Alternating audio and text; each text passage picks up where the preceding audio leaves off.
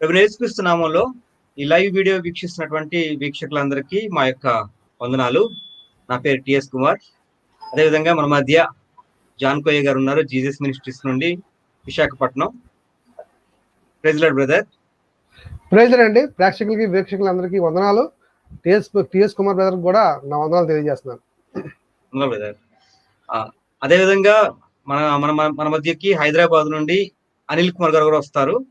చాలా విషయాలు ఈరోజు బైబిల్ భూమి గురించి బైబిల్లో సైన్స్ కి వ్యతిరేకంగా అంటే సైన్స్ లో చెప్పబడిన విధంగా భూమి లేదని, భూమి గురించి భూమికి పిల్లర్లు ఉన్నాయని, భూమిని దేవుడు పట్టుకొని ఉన్నాడని, ఇక భూమికి పునాదులు ఉన్నాయని, ఇలా రకరకాలుగా భూమి పట్ల ఇష్టం వచ్చినట్లు బైబిల్లో వాక్యాలు ఉన్నాయని చెప్పి నల్లపురెడ్డి గారు మన అరుణాచల శాల నుండి వీడియో చేయడం జరిగింది. అయితే దాని గురించి జవాబు చెప్పడానికి ఈ విధంగా మేము మీ ముందుకు రావడం జరిగిందండి. బైబిల్లోని వాక్యాలు చూద్దాము ఎందుకు అలా ఉన్నాయో. అదేవిధంగా హిందూ గ్రంథాల్లో కూడా భూమి యొక్క ఉండే విధానం, భూమి ఎలా ఉంది అనే విధానం మీద హిందూ గ్రంథాల్లో ఏముందనే విషయాల గురించి వేదాల నుండి, అదేవిధంగా పురాణాల నుండి చాలా విషయాలు ఈ రోజు మీకు తెలియజేయాలని మీకు ఆశపడుతూ ఈ విధంగా మీ ముందుకు రావడం జరిగింది. ఎందుకంటే చాలా సార్లు మనకు ఫేస్బుక్ లో కానీ, యూట్యూబ్ లో కానీ భూమి పునాదులు ఉన్నాయని చెప్పి, భూమిని బంధించి ఉంచారని చెప్పి, భూమి స్థిరంగా ఉందని చెప్పి ఇలాంటి వాక్యాలు బైబిల్లో ఉన్నాయి. భూమి సైన్స్ విరుద్ధంగా ఉంది అని చాలా మంది ఇష్టం వచ్చినట్టు మాట్లాడుతూ ఉంటారు. కాబట్టి దాని గురించి మంచి జవాబు చెప్పాలని ఈ విధంగా మేము ఈ ముందుకు రావడం జరిగింది. మనతో పాటు అనిల్ గారు కూడా జాయిన్ అవుతారు, జానకి గారు ఉన్నారు. వెళ్లే ముందు ఒకసారి నల్లపురెడ్డి గారు ఏం మాట్లాడారో మనం చిన్న క్లిప్పింగ్స్ అనేది ప్లే చేస్తాం. ఈ రోజు రెడీ చేయలేదు, జస్ట్ ఆయన వీడియో నుండి కొన్ని క్లిప్పింగ్స్ ప్లే చేసిన తర్వాత అసలు వీడియోకి వెళ్ళిపోదాము. 80% శాస్త్రవేత్తలు తయారైనారు. ఇప్పుడు ఆ జ్ఞాన గ్రంథాల గురించి మనము ఒకసారి పరిశీలిస్తాము. ఆ జ్ఞాన గ్రంథంలో మన సైన్స్ గురించి ఏమని సెలవిచ్చారో మనము ఒకసారి పరిశీలించుకుందాము. ప్రియులారా, బైబిల్ తీయండి కొద్దిగా. ప్రసంగి 1వ అధ్యాయము 5వ వాక్యము, పేజ్ నంబర్ 556 తీయండి. మన డానియల్ గారు మీరు కూడా, కైలాస్ డానియల్ గారు మీరు కూడా బైబిల్ తీయండి. అందులో ఏమని సెలవిచ్చారంటే, సూర్యుడు ఉదయించును, సూర్యుడు అస్తమించును, తాను ఉదయించు స్థలములకు మరలా చేరుటకు త్వరపడను. ఏమంటే సూర్యుడు భూమి చుట్టూ తిరుగుతూ ఉంటాడు అని దీని యొక్క ఉద్దేశం. మనము ఏం చదువుకున్నాము సైన్స్లో? భూమి తన చుట్టూ తాను తిరుగుతూ సూర్యుని చుట్టూ తిరుగుతుందని సైన్స్ చెప్తుంది. మరి ఈ జ్ఞాన గ్రంథంలో మళ్ళీ ఈ విధంగా సెలవిచ్చారే, మళ్ళీ అదే నమ్మాలి. ఎందుకంటే వీళ్ళు జ్ఞానులు కదా, ప్రపంచానికి జ్ఞానాన్ని అందించిన జ్ఞానులు కాబట్టి మనం అదే నమ్మాలి. తర్వాత ఇంకా ఇలా చాలా సెలవిచ్చారు మన జ్ఞాన గ్రంథం నుండి. కీర్తనలు 93వ అధ్యాయము 1వ వాక్యం చూడండి, పేజ్ నంబర్ 502లో, యెహోవా బలము ధరించి బలముతో నడుముకు కట్టుకొని ఉన్నాడు, కదలకుండునట్లు భూలోకము స్థిరపరచబడి ఉన్నది. భూమి ఎందుకు కదలకుండా ఉందంటే, స్థిరంగా ఒకటే చోట కదలకుండా ఎందుకు ఉందంటే, యెహోవా ఆ భూమిని నడుము కేసి కట్టుకున్నాడంట, కదలుకోకుండా. చూసారా ఏ విధంగా సెలవిస్తున్నారో? ఎంతటి జ్ఞానమో ఇది. తర్వాత కీర్తనలో 24వ అధ్యాయము 2వ వాక్యము, పేజ్ నంబరు 463 చేయండి. ఆయన సముద్రముల మీద దానికి పునాది వేసను, ప్రవాహ జలముల మీద దాన్ని స్థిరపరచను. ప్రవాహ జలముల మీద దాన్ని స్థిరపరచాలంట. ఎందుకంటే ఆ నీళ్ళని తర్వాత ఏ పంపులు పెట్టి కొట్టించేసి ఫస్ట్ గునాది వేశాడు భూమికి. గునాది వేసేసి భూమిని నిర్మించాడు అనమాట. ఇది మన జ్ఞాన గ్రంథం, మన క్రైస్తవుల యొక్క జ్ఞాన గ్రంథంలో ఉన్న విషయాలు. తర్వాత ఈ విధంగా చాలా మాటలైన బైబిల్ వాక్యాలు చూపిస్తూ మాట్లాడారు. భూమి స్థిరంగా ఉంచాడు యెహోవా, నడుము కట్టుకున్నాడంట. అదే విధంగా నేల మీద పెట్టాడు, పంపులతో వాటర్ కొట్టి భూమిని నేల మీద నిలబెట్టినట్టుగా ఇలా ఎటకారంగా అంటే అపహాస్యం చేస్తూ భూమి గురించి బైబిల్లో ఉన్న వాక్యాలు చాలా వాక్యాలను చూపించి మాట్లాడటం జరిగింది. అవన్నీ మనం ఈరోజు స్క్రీన్ మీద చూపిస్తాను. అవన్నీ ఎడిటింగ్ కరెక్ట్గా చేయలేదు, ఇంకా టైం సరిపోక. సరే, ఏదేమైనప్పుడు కూడా అలాగా మాట్లాడటం జరిగింది అని ఒక ఎగ్జాంపుల్ గా ఆయన ఒక మాటలు ప్లే చేయడం జరిగింది. సరే, ఏదేమైనా తాతగారు నల్లపరెడ్డి తాతగారికి కూడా కైలా డానియల్ గారికి ఆయన కౌంటర్ చేశారు. సరే, కైలా డానియల్ గారు వేరే వాళ్ళకి మాట్లాడుతుంటే ఈయన కౌంటర్ వేశారు కాబట్టి మరి ఈయన కైలా డానియల్ కి మాట్లాడుతుంటే మనం కౌంటర్ వేద్దాం ఈ రోజు. ఏదేమైనప్పుడు కూడా మంచి సబ్జెక్ట్ అనమాట. ఇది మంచి సబ్జెక్ట్, ప్రజలకు తెలియాల్సిన సబ్జెక్టు. ఖచ్చితంగా భూమి గురించి సైన్స్ కి విరుద్ధంగా బైబిల్లో ఉంది అని మాట్లాడే వాళ్ళకి నోరు మూతబడే విధంగా ఈ రోజు వీడియో ఉండాలనే ఉద్దేశం చేత క్రైస్తవులను ఆత్మీయంగా బలపరచడం కొరకు, అంటే తర్కంలో క్రైస్తవులను బలపరచడం కొరకు, అదే విధంగా హైందవుల్ని ఆలోచింపజేయడం కొరకు ఈ వీడియో అనేది చేయడం జరుగుతా ఉంది, గమనించాలి. ఇక ఈ రోజు అంశాలు వెళ్ళే ముందు చూద్దామండి. ఈరోజు ఆయన ఏమి మాట్లాడారో వాటి గురించి వాక్యాలు చూపిస్తూ హిందూ గ్రంథాలు ఏముందో కూడా చూద్దాము.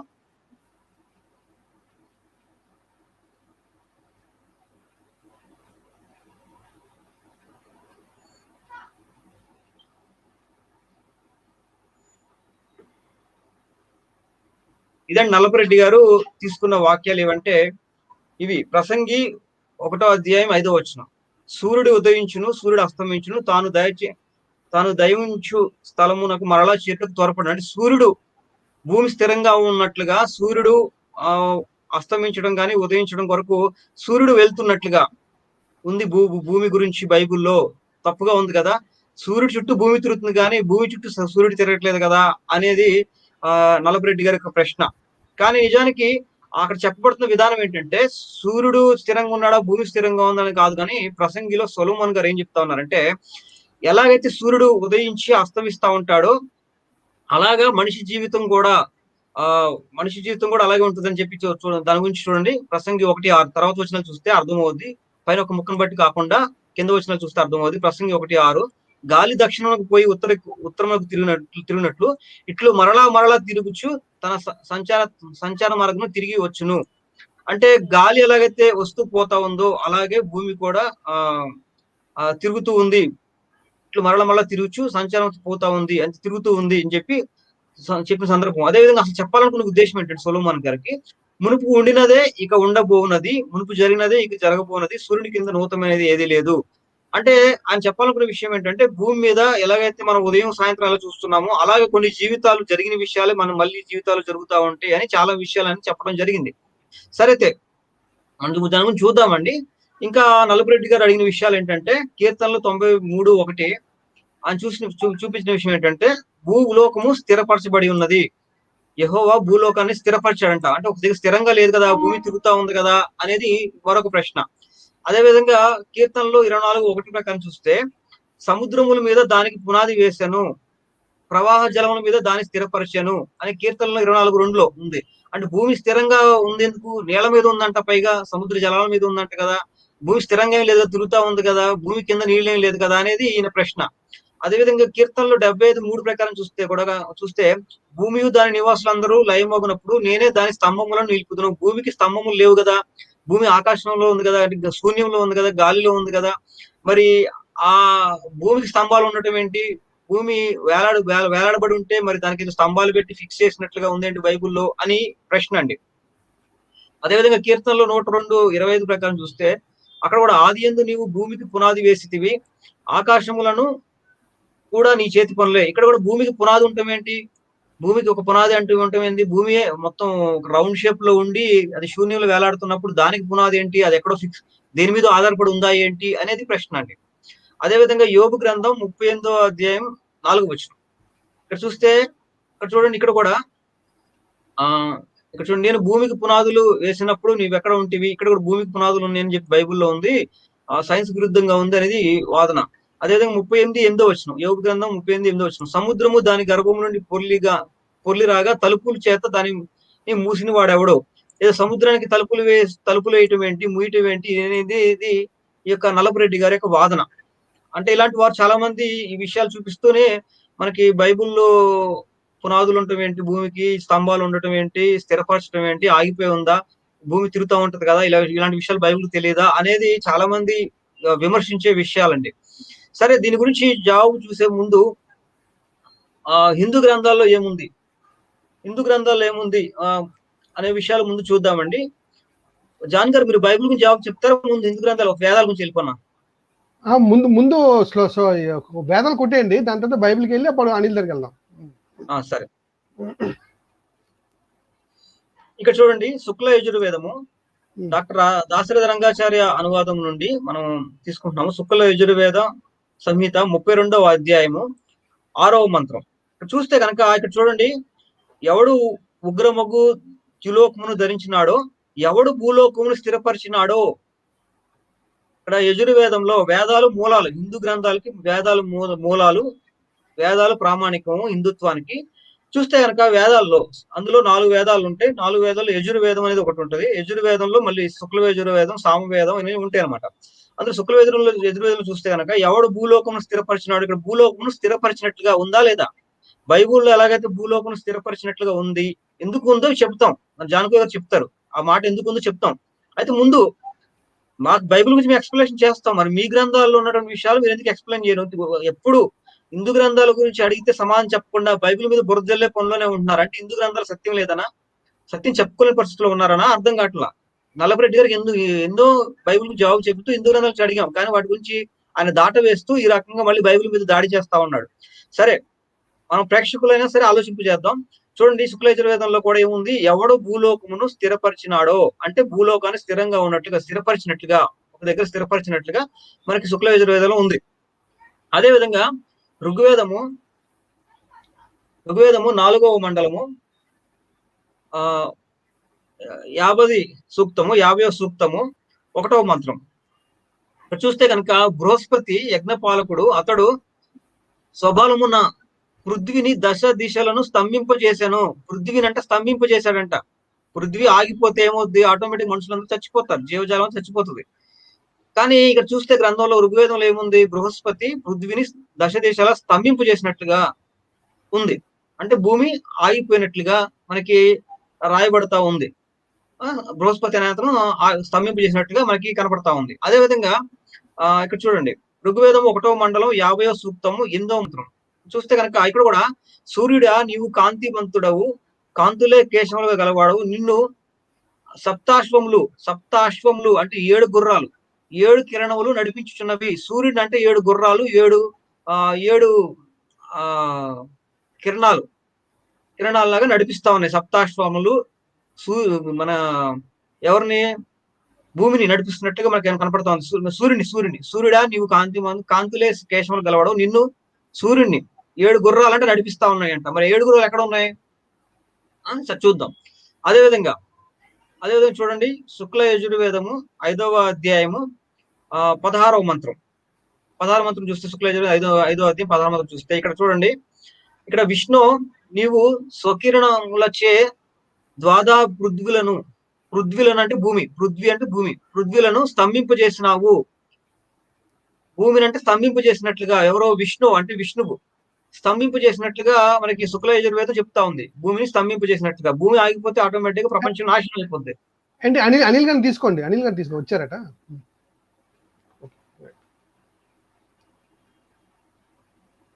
Welcome brother.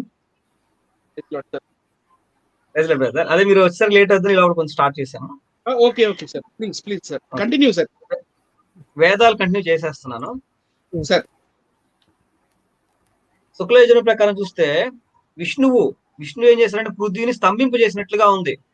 మరి భూమి స్థిరపరిచాను అని బైబిల్లో ఉన్న వాక్యాన్ని ఇష్టం వచ్చినట్టు మాట్లాడారు కదా. ఇక్కడ కూడా చూడండి, భూమిని స్తంభింపజేసినట్లుగా విష్ణువు శుక్ల యజుర్వేదం 5వ అధ్యాయం 16వ మంత్రంలో మనకి కనపడతా ఉంది. అదేవిధంగా చూడండి, ఋగ్వేదము 10వ మండలం 89వ సూక్తము 4వ మంత్రం. ఇక్కడ చూస్తే కనుక ఇక్కడ కూడా చూడండి, ద్వాదా పృథ్వీలను నిలిపి ఉంచినాడు. ఎవరో? ఇంద్రుడు తన కర్మల వలన పృథ్వీని నిలిపి ఉంచాడంట. మరి అది పృథ్వీ అంటే ఒక దగ్గర నిల్చుని ఉండేది కాదు కదండి, తిరుగుతూ ఉంటుంది. తన కక్షలో తాను సూర్యుడు చుట్టూ తిరుగుతూ ఉంటే తన చుట్టూ తాను తిరుగుతూ ఉంటుంది. అది నిలిపి ఉంచితే ఎలా అయిపోద్ది? ఆటోమేటిక్ గా సృష్టి మొత్తం ఆగిపోతుంది కదా. మరి బైబుల్ని ప్రశ్నించినప్పుడు మరి దీనికి సమాధానం చెప్పాలి. పృథ్వీని నిలిపించాడంట ఇంద్రుడు. ఋగ్వేదం 10వ మండలం 89వ సూక్తం 4వ మంత్రం. అదేవిధంగా చూడండి ఎన్ని విషయాలు ఉన్నాయో బైబుల్ గురించి మాట్లాడారు కదా. చూడండి మీ గ్రంథాలు ఎన్ని ఉన్నాయో. అదేవిధంగా ఋగ్వేదం 3వ మండలం 30వ సూక్తము 4వ మంత్రం. 3వ మండలం 30వ సూక్తం 4వ మంత్రం ఋగ్వేదం చూస్తే చూద్దాం. నీ ఆజ్ఞ మేరకు భావ పృథ్వులు పర్వతములు నిశ్చలముగా ఉన్నవి. పృథ్వీ కూడా పృథ్వులు అంటే భూములు నిశ్చలంగా ఉన్నాయంట, పర్వతాలు నిశ్చలంగా ఉన్నాయి. పృథ్వీ కూడా నిశ్చలంగా ఉన్నట్లుగా ఇక్కడ ఇంద్రుడు పృథ్వీని నిశ్చలంగా ఉంచినట్లుగా మనకి కనబడుతుంది. చూడండి. అదేవిధంగా అధర్వణ వేదం 6వ కాండం 8వ అనువాకం 3వ సూక్తం. అధర్వణ వేదం 6వ కాండం 8వ అనువాకం 3వ సూక్తం చూస్తే 1వ మంత్రంలో ఎట్లు భూమి నిలిచి ఉన్నదో, భూమి నిలిచి ఉన్నట్లుగా ఇక్కడ స్పష్టంగా ఉంది. చూడండి, భూమిని నిలిచి ఉన్నట్లుగా వాళ్ళ గ్రంథాలు అనేది మాట్లాడుతూ ఉన్నాయి. కాబట్టి వేదాలలో ఇప్పుడు దాకా చూసామండి, వేదాలలో భూమి నిలిచి ఉందని అధర్వణ వేదంలో నిశ్చలంగా ఉన్నట్లుగా, ఋగ్వేదంలో అదేవిధంగా ఇక్కడ చూడండి నిలిపి ఉంచినట్లుగా ఇంద్రుడు భూమిని, అదేవిధంగా శుక్లయజుర్వేదం చూస్తే స్తంభింపు చేసినట్లుగా భూమిని, అదేవిధంగా సూర్యుడు 7 గుర్రాలు వేసుకొని సూర్యుడు తిరుగుతున్నట్లుగా మనకి ఋగ్వేదం 1:58 చూపిస్తారు. ఈరోజు అనిల్ గారు దీని మీద కూడా కొన్ని విషయాలు చూపిస్తారు మీకు 7 గుర్రాల గురించి మిగతా గ్రంథాల్లో. అదేవిధంగా ఋగ్వేదం 4వ మండలంలో భూమి నలుదిశలను స్తంభింపు చేసినట్లుగా భూమిని 4 వైపుల నుండి కూడా భూమిని ఆపేసినట్లుగా బృహస్పతి ఆపినట్టుగా కనపడతా ఉంది. అదేవిధంగా శుక్ల యజుర్వేదంలో భూలోకం స్థిరంగా ఉన్నట్టుగా మనకి స్పష్టంగా ఈరోజు ఇక్కడ కనపడతా ఉంది. ఇన్ని విషయాలు హిందూ గ్రంథాల్లో చూస్తే గనక బైబుల్ నుండి భూమి స్థిరపరచబడింది, పునాదులు వేయబడింది, జలముల మీద ఉంది, ఇలాంటి విషయాలు ఏదైతే చూపించారో దాని గురించి జానకోయ్ గారు ఇస్తారు జవాబు. అయితే హిందూ వేదాల్లో ముఖ్యంగా మీ ప్రమాణమైనటువంటి మూల, అన్నిటికీ ప్రమాణం, అన్నిటికీ మూలాలు ఏదైతే ఉందో వేదాల నుండి నేను చూపించా. అనేక చోట్ల భూమి స్థిరంగా ఉన్నట్టుగా, నిశ్చలంగా ఉన్నట్లుగా, దాన్ని బంధించి ఉంచినట్లుగా మీకు ఇన్ని వచనాలు చూపించా. మరి దీనికి ఎక్స్ప్లెనేషన్ మీరేమిస్తారు అనేది ఈ విషయాన్ని నల్లపురెడ్డి గారిని అడుగుతా ఉన్నాను. Okay brother. సరేనండి, ప్రేక్షకులందరికీ నేను స్టార్ట్ చేసుకోదు బ్రదర్ నాది. యా నల్లపురెడ్డి గారికి నా వందనాలు తెలియజేస్తున్నాను. బైబిల్ మీద ఆయనకి చాలా ఇంట్రెస్ట్ ఉన్నట్టుంది. తెగ బైబిల్ మీద క్వశ్చన్స్ ఆయన వేస్తూ ఉన్నారు. ఏ వేసినప్పటికీ ఆయన చిన్నపిల్లలాగా ఆయన మా క్వశ్చన్స్ ఉన్నాయని మనకి ఈజీగా అర్థమవుతుంది. క్రైస్తవులకి ఒకలాగా క్వశ్చన్స్, ఆయన చూసినప్పటికీ, ఆ వీడియో చూసినప్పటికీ అది చాలా ఎల్కేజీ స్టూడెంట్స్ వేసినట్టుగా నాకు అనిపించింది. ఆయన చాలా పెద్ద, ఆయన చాలా ఏదో పరిశోధన చేస్తున్నాడు అన్నట్టుగా నేను ముందు అనుకున్నాను. కానీ ఆయన నాలెడ్జ్ చూస్తే చాలా తక్కువగా మనకు కనబడుతుంది. సరే, మన ఎక్స్ప్లెనేషన్ మనం ఇద్దాం. ఎందుకంటే ఆయన చూడాలి, ప్లస్ ప్రేక్షకులు కూడా గమనిస్తారు కనుక మనం ఒక ఎక్స్ప్లెనేషన్ అనేది మనం ఇద్దాం బైబిల్ నుంచి. సరే అండి, నేను పంపించిన రెఫరెన్స్ చూపిస్తే కనుక మొదటి రెఫరెన్స్ నేను వాడుతుంది ఏంటంటే, అసలు ఈ భూమి ఎక్కడుంది బైబిల్ ప్రకారంగా, ఈ భూమి ఎక్కడుంది అనేది మొట్టమొదటిగా మనం భూమే కాదు, నక్షత్ర మండలాలు ఎన్నైతే ఉన్నాయో, పాలపొంత నక్షత్ర మండలం కానివ్వండి, ఎన్ని నక్షత్ర మండలాలు ఉన్నాయో, ఎన్ని గ్రహాలు ఉన్నాయో, ఎన్నైతే ఉన్నాయో అన్ని ఎక్కడున్నాయి అనేది ఒక పాయింట్. అది మనకు తెలియాలంటే బైబిల్ గ్రంథంలో ఆది కాండము 1వ అధ్యాయము 6వ వచనాన్ని మనం గమనించాలి. అక్కడ ఒక మాట రాయబడి చూడండి, మరియు దేవుడు జలముల మధ్య నేను చదువుతున్నా, నేను ఒక విశాలమును కలిగి ఆ జలములను ఈ జలములను వేరుపరచెను అని పలికాడు. ఫస్ట్ అంటే జలాల మధ్యలో విశాలము అనే పదం పడిందండి. విశాలము 1:7 దేవుడు ఆ విశాలము చేసి, విశాలము క్రింద జలములు, విశాలము మీద జలములను వేరుపరిచాడు. జలాల్ని పైకి కొన్ని జలాల్ని, కింద కొన్ని జలాల్ని వేరుపరిచాడు అని బైబిల్ చెప్తుంది. నెక్స్ట్ చూద్దాం, ఆది కాండము 1వ అధ్యాయము 8వ వచనం. దేవుడు ఆ విశాలమును ఆకాశం అని పేరు పెట్టెను. ఆకాశం అంటే ఖాళీ స్థలం, ఆకాశం అంటే ఖాళీ స్థలం, దాన్ని విశాలము అని బైబిల్ చెప్తుంది. ఈ విశాలంలోనే భూమి ఎలా ఉందో యోబు గ్రంథంలో మళ్ళీ చెప్పబడుతుంది. ఒక గ్రంథంలో ఏమో విశాలం కోసం చెప్పబడుతుంది, విశాలం ఒకటి ఉంది అని చెప్పబడింది బైబిల్లో. ఈ విశాలంలో భూమి ఎలా ఉంది, ఏ ఆకారంలో ఉంది, భూమి యొక్క పరిస్థితి ఏంటి అనేది మనం ఆలోచిస్తే అక్కడ చెప్తున్నాడు చూడండి. యోబు గ్రంథం 26వ అధ్యాయం 7వ వచనంలో, శూన్య మండలం పైన ఉత్తర దిక్కునున్న ఆకాశ విశాలంలో ఆయన పరిచెను, శూన్యం పైన భూమిని వేలాడదీసెను.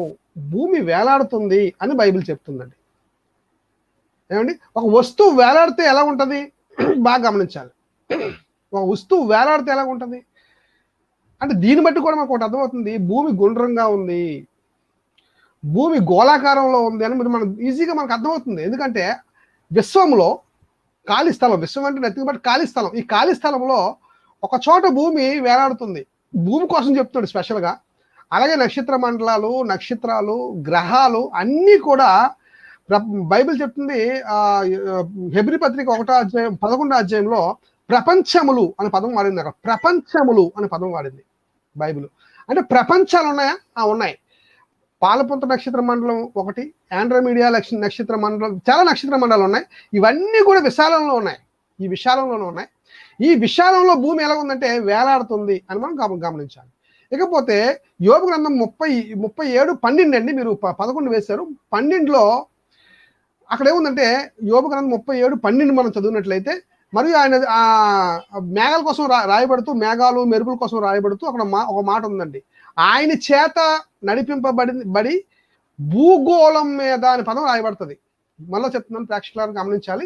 37వ అధ్యాయం 12వ వచనం యోబు గ్రంథం చూస్తే అక్కడ తెలుగు బైబిల్లో చాలా క్లియర్గా ఒక పదం రాయబడింది. ఏంటంటే అక్కడ భూగోళము మీద, భూగోళము అనే పదం రాయబడింది. అంటే భూమి గోళాకారంలో ఉంది అని ఒక పదం రాయబడింది. ఇది ముందు మనం గమనించాలి. యోబు గ్రంథం ఇస్తారా? యోబు గ్రంథం 12వ వచనం అండి. ఒకసారి బాగా 37:12 అండి. చదువుతాను, అది చూద్దాం. పర్లేదు, ఇంగ్లీష్ లో పెడతాను. ఓకే. నేను చదువుతాను. ఆయన వల్ల నడిపింపబడినవై నరులకు నివాసయోగ్యమైన భూగోళము మీద అని రాయబడింది. చూడండి, నరుల నివాసయోగ్యమైన భూగోళము. చూడండి ఎంత చక్కగా రాయబడింది చూడండి. నివాసయోగ్యమైన, నరులకు నివాసయోగ్యమైన భూగోళము అని రాయబడింది. చూడండి, నివాసయోగ్యమైనది ఏంటి? భూగోళము. Round shape. మళ్ళీ రౌండ్ షేప్ లేదు బైబుల్, రౌండ్ షేప్ చెప్పలేదు అంటారు. గోళం అంటే రౌండ్ షేప్ అని అర్థం. Round shape, round, turned round above hits counsels అని క్లియర్ గా ఇంగ్లీష్ లో కూడా ఉంది. మీరు మూలగంధాలు కూడా చూడండి. భూగోళము, గోళాకారం, పైకి ఇది వేలాడుతుంది. సైన్స్ ఎంత దగ్గరగా ఉంది చూడండి, బైబిల్ ఎంత సైన్స్ దగ్గరగా ఉంది చూడండి, గమనించాలి. ఏమండి, ఇది ఎప్పుడు రాయబడింది? యోబు గ్రంథం చాలా పాతదండి. యోబు గ్రంథం చాలా పాత, క్రీస్తు పూర్వం రాయబడింది ఈ గ్రంథం. అంటే అప్పటికి ప్రపంచం ఏం నమ్మిందంటే భూమి బలపరుగా ఉంది అని నమ్మిందండి అప్పటికే. కానీ ఈ యోబు గ్రంథం రాసినప్పటికే దేవుడు ఏమని రాయించాడంటే భూమి గోళాకారంలో ఉంది అని రాయించాడు. పైగా వేలాడుతుంది అని కూడా రాయించాడు. సూర్యమండలం పైన భూమి వేలాడుతుంది అని రాయించాడు. నెక్స్ట్ చూద్దామండి, నెక్స్ట్ వచ్చిన చూద్దాం. అయితే ఈ భూమికి ఉన్న ద బెస్ట్ క్వాలిటీ ఏంటంటే చూడండి కిందకి, నెక్స్ట్ రెఫరెన్స్ బ్రదర్. ఓకే, ఇక్కడ చూడండి, ఆకాశ మండలపు కట్టలను నువ్వు ఎరుగుదువా, దానికి భూమి మీదగా ప్రభుత్వమును నువ్వు స్థాపింపగలవా.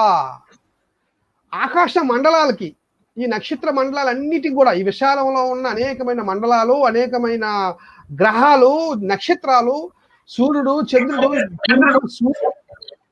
సూర్యుడు కన్నా పెద్ద మండలాలు కూడా, ఇవన్నీ కూడా, అన్నిటికి కూడా సెంటర్ పాయింట్ ఏంటి? సెంటర్ పాయింట్ అంటే ప్రభుత్వం ఎక్కడి నుంచి నడుస్తుంది. ప్రభుత్వం అంటే ఒక మాటలో చెప్పాలంటే ఇండియా ఉందనుకోండి, ఇండియాని పరిపాలించి ఎక్కడి నుంచి పరిపాలిస్తారండి? ఢిల్లీ నుంచి కదా, ఢిల్లీ నుంచి పరిపాలిస్తారు ఇండియాని అంతటికి. అలాగే ఈ శూన్యంలో ఉన్న ప్రతి నక్షత్ర మండలాల్ని, నక్షత్రాల్ని, గ్రహాల్ని ఎక్కడి నుంచి పరిపాలన జరుగుతుంది అని బైబిల్ అడిగితే బైబిల్ చెప్తుంది ఏంటంటే భూమి మీద గల ప్రభుత్వమును, భూమి మీద ప్రభుత్వం ఉంది, భూమి మీద ప్రభుత్వం ఉందని బైబిల్ చెప్తుంది. చూడండి, అంటే భూమిని నాశనం చేస్తావు కదా, భూమి కానీ నాశనం అయిపోతే ఈ శూన్యంలో ఉన్న, అంటే ఈ విశాలమైన ఈ స్థలంలో ఉన్న నక్షత్ర మండలాలన్నీ కూడా మొత్తం నాశనం అయిపోతాయి. ఎందుకు భూమిని సెంటర్ పాయింట్ గా చేశాడు దేవుడు ఇక్కడ ఈ సందర్భంలో? ఎందుకు చేశాడంటే మనం ఉన్నాం కనుక, మనిషి అనేవాడు భూమి మీద ఉన్నాడు కనుక, దేవుడు కుమార్తెలు భూమి మీద ఉన్నారు కనుక, పైగా నివాసయోగ్యమైనది, నరులకు నివాసయోగ్యమైనది భూమి కనుక దేవుడు భూమిని ఏం చేశాడంటే సెంటర్ పాయింట్ గా చేశాడు. అంటే సెంటర్ పాయింట్ నా ఉద్దేశంలో ప్రభుత్వాన్ని భూమి మీద పెట్టాడు. ఇక్కడి నుంచి అవన్నీ కూడా కనెక్ట్ అయి ఉన్నాయి. అంటే భూమికి మిగతావన్నీ కూడా కనెక్ట్ అయి ఉన్నాయి అని మనకు అర్థం అవ్వాలి. మరొక రెఫరెన్స్ చూపిస్తాను బ్రదర్. ఆమోసు గ్రంథం చూడండి ఒకసారి. ఆమోసు గ్రంథము 9వ అధ్యాయము 6వ వచనం.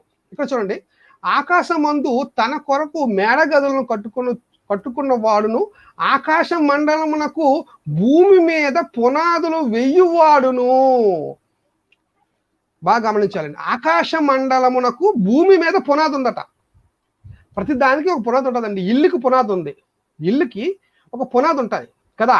ప్రతి దానికి ఒక పునాది ఉంటుంది, ఓకేనా. అలాగే ఈ విశ్వానికి పునాది ఎక్కడ ఉందంటే భూమి మీద ఉంది అని మనం గమనించాలి. ఎందుకు భూమి మీదే ఉంది?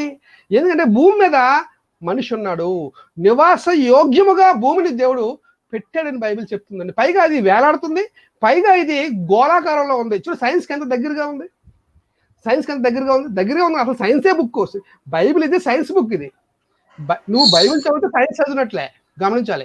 బైబిల్ చదివితే నువ్వు సైన్స్ చదివినట్లే కాదు. ఎందుకంటే సైన్స్ చెప్పక ముందే బైబిల్ అనేక సంగతులు ఉన్నాయి.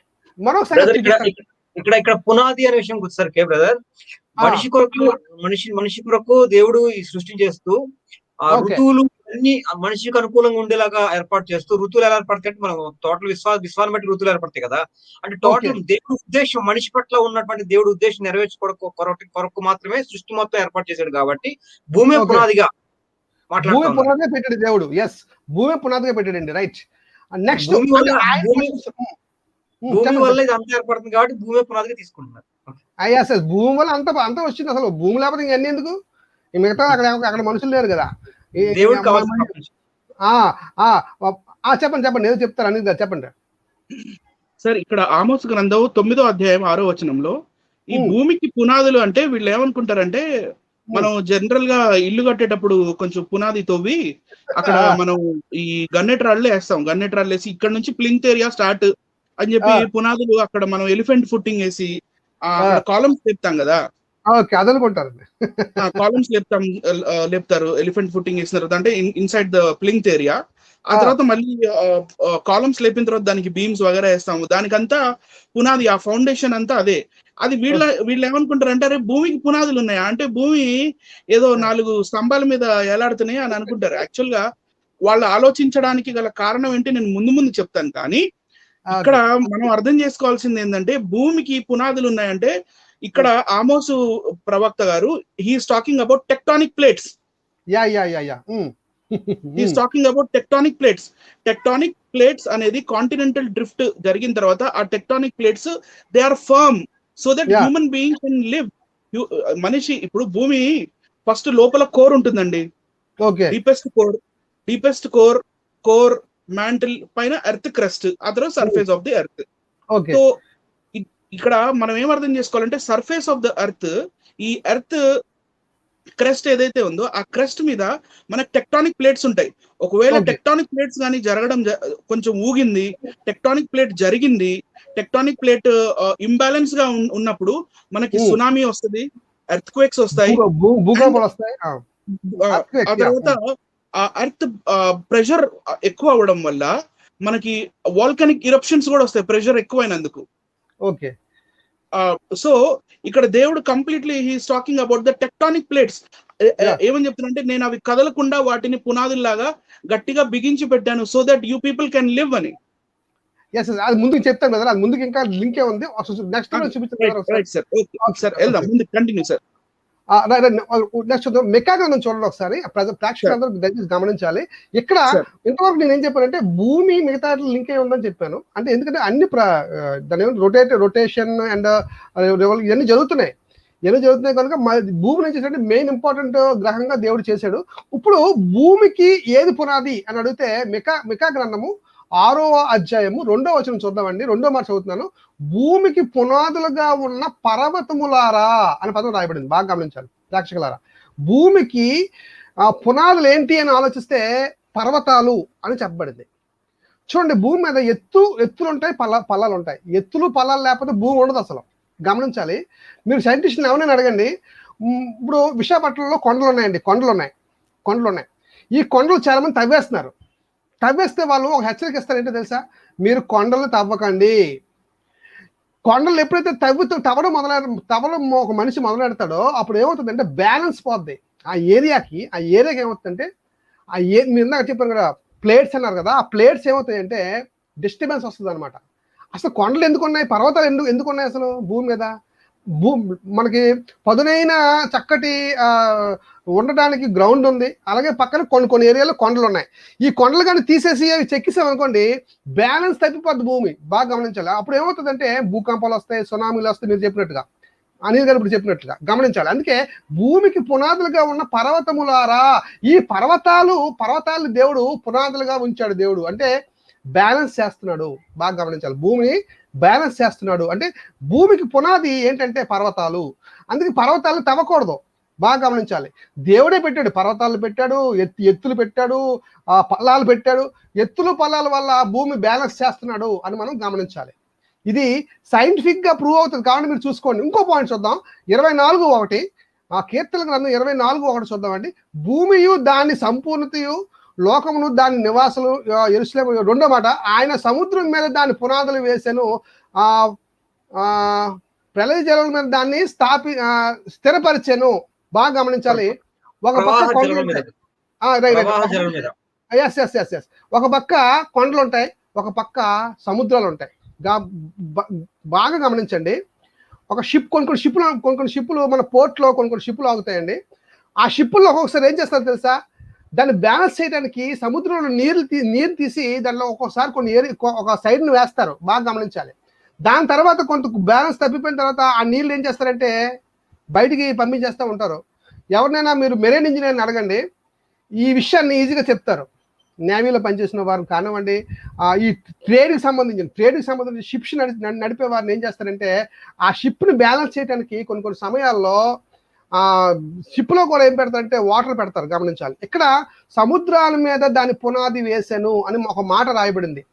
బాగా గమనించాలి. ఒక పక్క కొండలు, ఒక పక్క పల్లాలలో నుంచి కొంతవరకు నీరుని దేవుడు వ్యాపింపజేశాడు అని మనం గమనించాలి. అప్పుడు ఏమవుతుందంటే భూమి బ్యాలెన్స్ అవుతుంది. బ్యాలెన్స్ చేస్తున్నాడు. ఈ నీరుని బ్యాలెన్స్ చేస్తుంది. ఒక పక్క నీరుని పెట్టాడు, ఒక పక్క ఏమో పర్వతాలను పెట్టాడు. అంటే దీన్ని ఏం చేశాడంటే బ్యాలెన్స్ చేస్తున్నాడు. భూమిని బ్యాలెన్స్ చేస్తున్నాడు. అందుకే భూమికి పునాదులుగా దేన్ని పెట్టాడంటే పర్వతాలను పెట్టాడు, ఒక పక్క సముద్రాన్ని కూడా పెట్టాడు. ఇది కదలకుండా ఉండటానికి కదలకుండా ఉండటానికి ఇంకేం చేశాడో ఒకసారి చూద్దామండి. కీర్తన గ్రంథం 104:5 చూద్దాం ఒకసారి. ఇక్కడ ఒక మాట ప్రవాహ జలం మీద దాన్ని స్థిరపరిచిన ఉంది కదా బ్రదర్. ఇప్పుడు మనం బోర్వెల్స్ చేస్తాం బ్రదర్. బోర్వెల్స్ చేసినప్పుడు కింద పెద్ద ప్రవాహ జలాలు ఉంటాయి. ఓకే, ఉంటాయి. మనకి ఎత్తు అనేది ఉంటుంది. అవును. వాటర్ కూడా కింద వాటర్ సంబంధించినటువంటి నదులు లాంటి ఒక కింద ప్రవాహాలు కూడా ఉంటాయి బ్రదర్ భూమి కింద. అవును, తవ్వుతున్న మన బోరింగ్ వాటర్ వస్తుంది కదా పైకి. మనకి ఇలా తవ్వుతున్నప్పుడు బోరింగ్ వాటర్ ఎలా పైకి వస్తుంది మీకు అర్థమవుతుందా? అదొక సైంటిఫిక్ టెక్నాలజీ.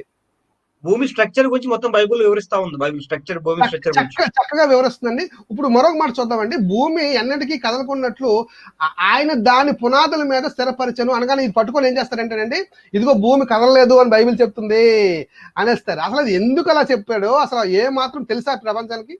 కింద చూస్తే మీకు అర్థమవుతుంది ఏంటో అది. చూడండి. దాని మీద అగాధ జలములు నువ్వు వస్త్రం వల్ల కప్పితివి, కొండలకు పైగా నీళ్లు నిలిచెను, కొండలకు పైగా నీళ్లు నిలిచెను. 7వ వచనం చూడండి. నీవు గద్దెంపగా అవి పారిపోయాను, నీ ఉరుము శబ్దం విని అవి త్వరగా పారిపోవును, నీవు వాటిని నియమించిన చోటుకి పోవుటకే అవి పర్వతము లెక్కెను, పల్లములకు దిగెను. బాగా గమనించాలి. పైకి ఎక్కుతాయట, కిందకి దిగుతాయట, పైకి ఎక్కుతాయట, కిందకి దిగుతాయి. ఒక మంచి ఎగ్జాంపుల్ చెప్తారండి. ఒక బండి ఉందనుకోండి, బైక్ ఉందనుకోండి. ఈ ఎగ్జాంపుల్ చెప్తే ఈ పాయింట్ మీకు అర్థమవుతుంది. ఒక బైక్ ఉందనుకోండి. ఈ బైక్లో కదిలేవి కొన్ని ఉన్నాయి, కదలనివి కొన్ని ఉన్నాయి. అవి ఏంటంటే కావాలంటే మీరు మోటార్ మెకానిక్ అడిగితే బైక్లో మెయిన్ పార్ట్ ఏంటి ఆయన అడిగాం అనుకోండి, ఆయన ఏం చెప్తాడు తెలుసా? చాసిస్ అని ఒకటి ఉంటుంది. ఈ చాసిస్ ఎప్పుడు కదలకూడదు. బాగా గమనించాలి. బైక్కి చాసిస్ ఉంటుంది. ఈ చాసిస్ మీద చక్రాలు ఉంటాయి. చక్రాలు ఏం చేస్తుంటే కదులుతుంటాయండి. చక్రాలు కదులుతుంటాయి, చాసిస్ కదలదు. ఏమంటే ఇది ఎంత నిజమో, భూమి ఒక పర్వతాలు ఒక చాసిస్ లా ఉంటుంది. భూమికి పర్వతాలు ఒక చాసిస్. గమనించాలి. ఈ కదలలేన ఈ భూమిని కదలకుండా మన కోసం కదలకుండా ఈ భూమిని ఉంచాడు. ఎందుకంటే కదలకుండా విషయానికి వెళ్ళిపోతారు. విషయం గురించి కాదు, ఇక్కడ భూమి స్ట్రక్చర్ గురించి మాట్లాడు. ఆ స్ట్రక్చర్, భూమి యొక్క స్ట్రక్చర్ కోసం. అంటే దీని మీద బండి మీద మళ్ళీ చక్రాలు ఉంటాయి, ఈ చక్రాలు కదులుతుంటాయి.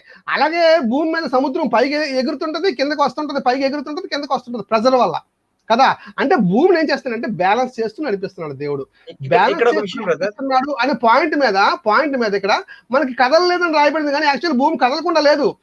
అది మన కోసం కదలలేదు, కానీ యాక్చువల్ అది కదులుతుందని కూడా మళ్ళీ వేరే రెఫరెన్స్ బైబిల్లో చెప్తున్నారు. ఎక్కడ చూడండి ఒకసారి, యోబు గ్రంథం ఒకసారి ఇక్కడ ఒక మాట చెప్పాలి బ్రదర్ నేను. చెప్పండి. మంచి వాక్యము. ఇప్పుడు భూమి అన్నిటికీ కదలకున్నట్లు ఆయన దానికి పునాదులు వేసినట్టు, ఇది విశ్వాన్ని గురించి, విశ్వంలో భూమి పరిస్థితి గురించి చెప్పట్లా. ఇక్కడ విశ్వంలో భూమి కదలకుండా ఉండట్లేదని చెప్పట్లా.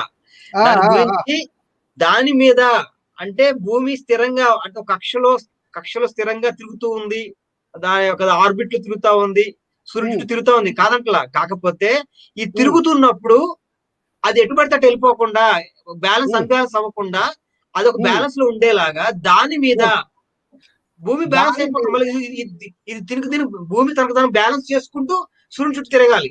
ఈ బ్యాలెన్స్ తప్పిపోకుండా ఉండడం కొరకు దాని మీద ఏమేమి పెట్టాడు అంటే అగాధ జలాలను పెట్టాడు. మీరు ఇంతకుముందు చెప్పినట్టు పర్వతాలు పెట్టాడు.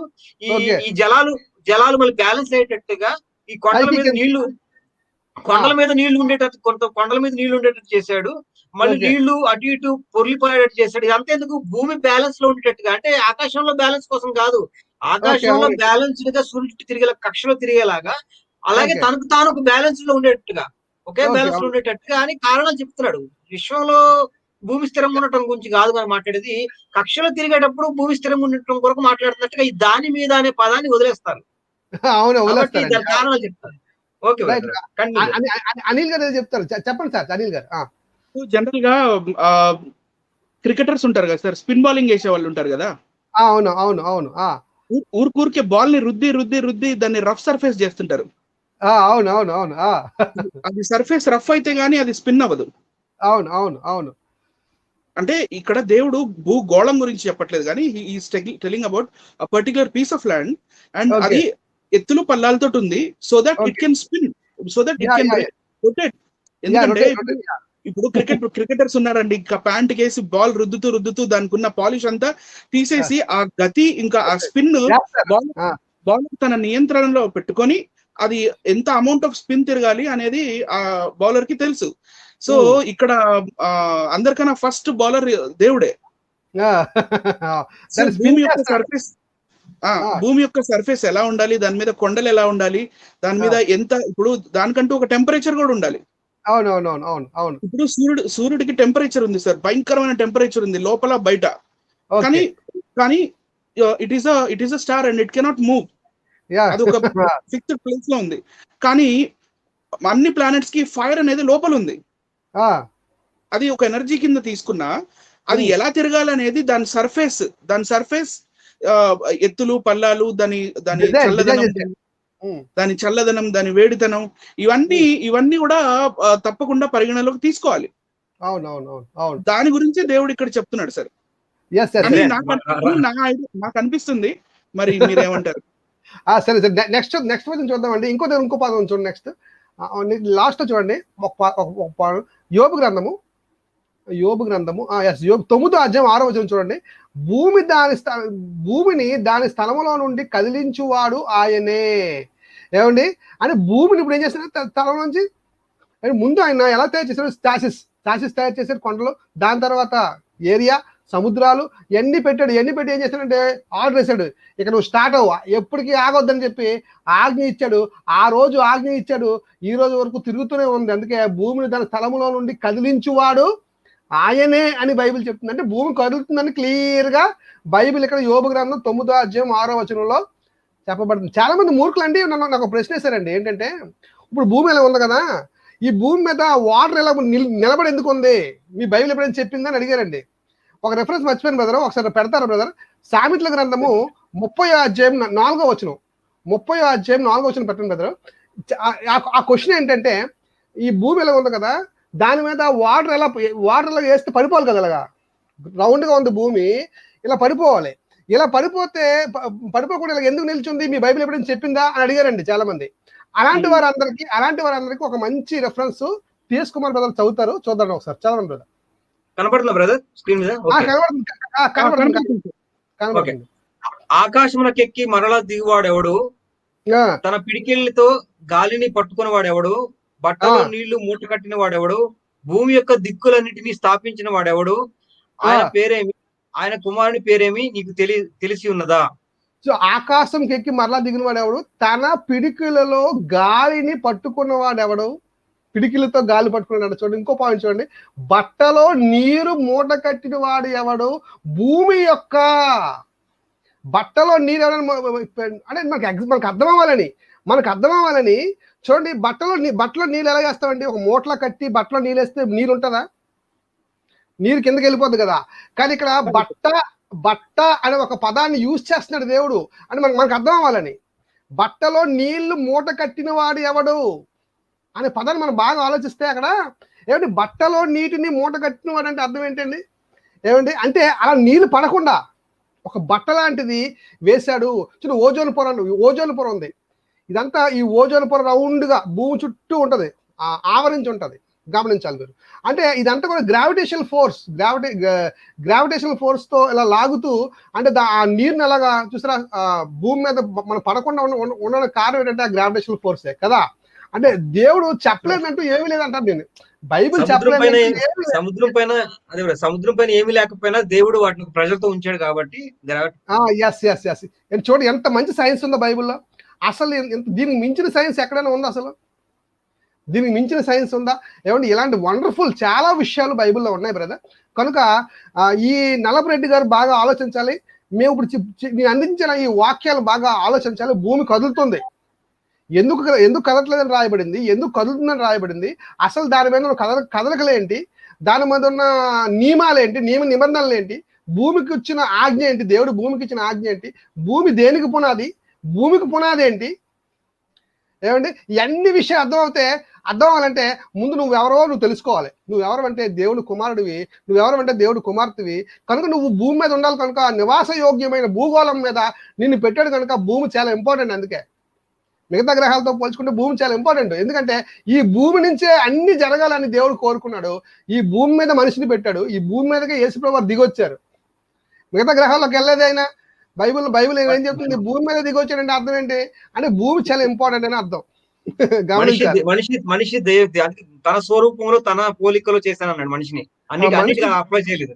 అందుకే నివాస యోగ్యమైన గోళాకారం అని క్లియర్ చెప్పాడు బ్రదర్. ఇది నా ఎక్స్ప్లెనేషన్. జాన్ గారు మనకు సైన్స్ బద్దంగానే భూమి గోళాకారంలో ఉందని భూగోళం అని పదం చూపించారు. అదే విధంగా భూమి స్థిరపరచబడింది పునాదులు అనేసరికి భూమి ఎలాగ ఫిక్స్ చేయబడింది అంటే ఆకాశంలో ఫిక్స్ చేయబడి ఒక దగ్గర కదలకుండా ఉందని కాదు. దాని గురించి కారణాలు బైబిల్లో ఉన్నాయి, అవి చదవట్లేదు. ఎలా ఫిక్స్ చేయబడింది అంటే భూమి ఒక స్ట్రక్చర్ అనేది ఫిక్స్ చేయబడింది. దాని కింద కొంత స్ట్రక్చర్ అనేది ఉంది, దాని కింద నీళ్లు అనేవి ఉన్నాయి. అది తిరుగుతున్నప్పుడు బ్యాలెన్స్ అయ్యేలాగా దాని మీద నీళ్లు పర్వతాలని దేవుడు పెట్టినట్టుగా అలాగా చాలా విషయాలు సైంటిఫిక్ గానే మన భూమి బ్యాలెన్స్డ్ గా తిరిగేటట్టుగా మన కక్షలో తాను తిరిగేటప్పుడు ఒక బ్యాలెన్స్డ్ గా తన కక్ష దాటిపోకుండా బ్యాలెన్స్ తిరిగే విధంగానే ఈ విధంగా తయారు చేయబడిందని చాలా విషయాలు చూపించారు. అదే విధంగా అనిల్ గారు మంచి స్పిన్ బాల్ రఫ్ గా ఉన్నప్పుడే తన కంట్రోల్ చేయగలరు. రఫ్ గా ఉన్నప్పుడే దాన్ని కంట్రోల్ చేయగలరు స్పిన్నర్. అలాగే ఒక రఫ్ గా ఉంచి అది భూమి తన కంట్రోల్లో తను ఉండేలాగా దేవుడు దాన్ని ఒక ప్లానెట్ గా తయారు చేసి ఆ విధంగా ఉంచినట్టుగా మనం చాలా విషయాలు మనం బైబుల్ నుండి చూసాము. Okay brother, hand over to Anil గారు. ఓకే, చూస్తున్న వీక్షకులందరికీ ప్రభు అయిన యేసుక్రీస్తు నామమున శుభములు.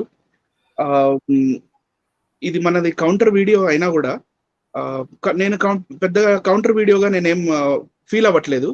ఎందుకంటే ఇప్పుడు ఈ రోజు మనం ఇంకా కవర్ చేయబోయే పాయింట్స్ ఇవన్నీ ప్రతి ఒక్క పర్సన్ కి తెలియాల్సిన విషయాలు.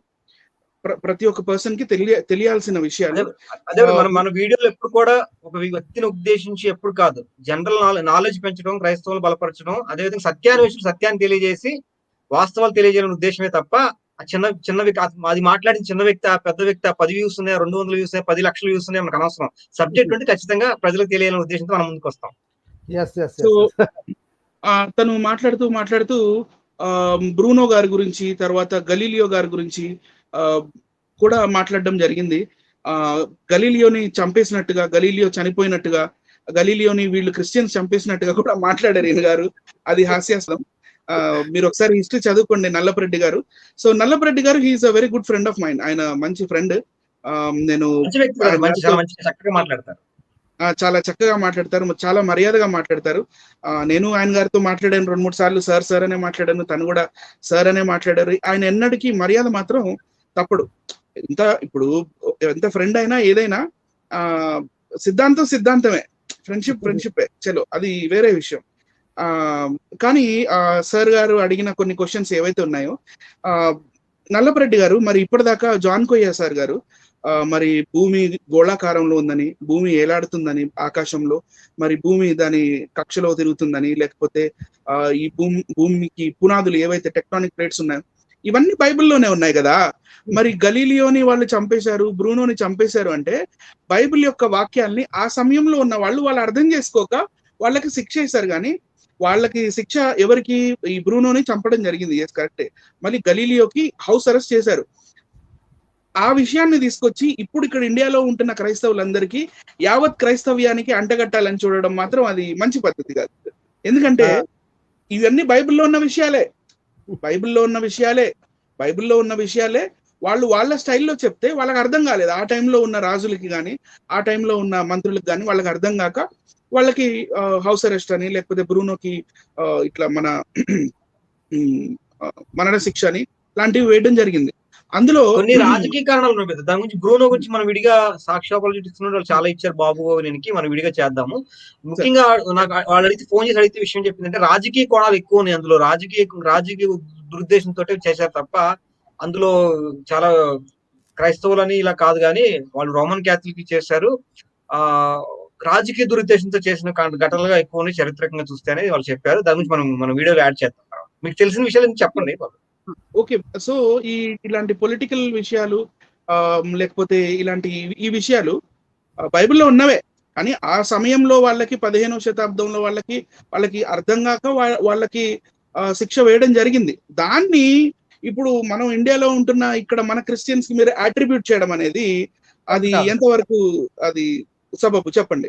సో వాళ్ళ గ్రంథాల్లో ఉన్నాయి కదా బ్రదర్. ఇప్పుడు సూర్యుడిని పాము వచ్చి మింగిద్దని ఇప్పటికి నమ్ముతారు కదా. అవును, అదే ఇప్పుడు రాసుకుంటారు కదా సార్. ఇప్పుడు సూర్యగ్రహణం, చంద్రగ్రహణం అప్పుడు గర్భిణీ స్త్రీలు బయటికి రాకూడదు, పాము మింగేస్తుంది, రాహు కేతు అని ఇద్దరు ఉంటారు, వీళ్ళు మింగేస్తారు, మింగి ఇట్లా దాన్ని. సో చలో అది మూఢనమ్మకాలు ఉన్నాయి. గుడి తలుపు బ్రదర్ ఇప్పటికి అది సైంటిఫిక్ గా సూర్యగ్రహణం, చంద్రగ్రహణం ఈ సైంటిఫిక్ గా తెలిసి కూడా ఇప్పటికి గుడి తలుపులు కూడా మూసేసి అది అపవిత్రతగా భావిస్తూ ఇప్పటికి కూడా చేస్తున్నారు కదా. ఇది చిన్నప్పుడు ఒక కథ విన్నానండి, పేదల స్పందన కథని విన్నానండి.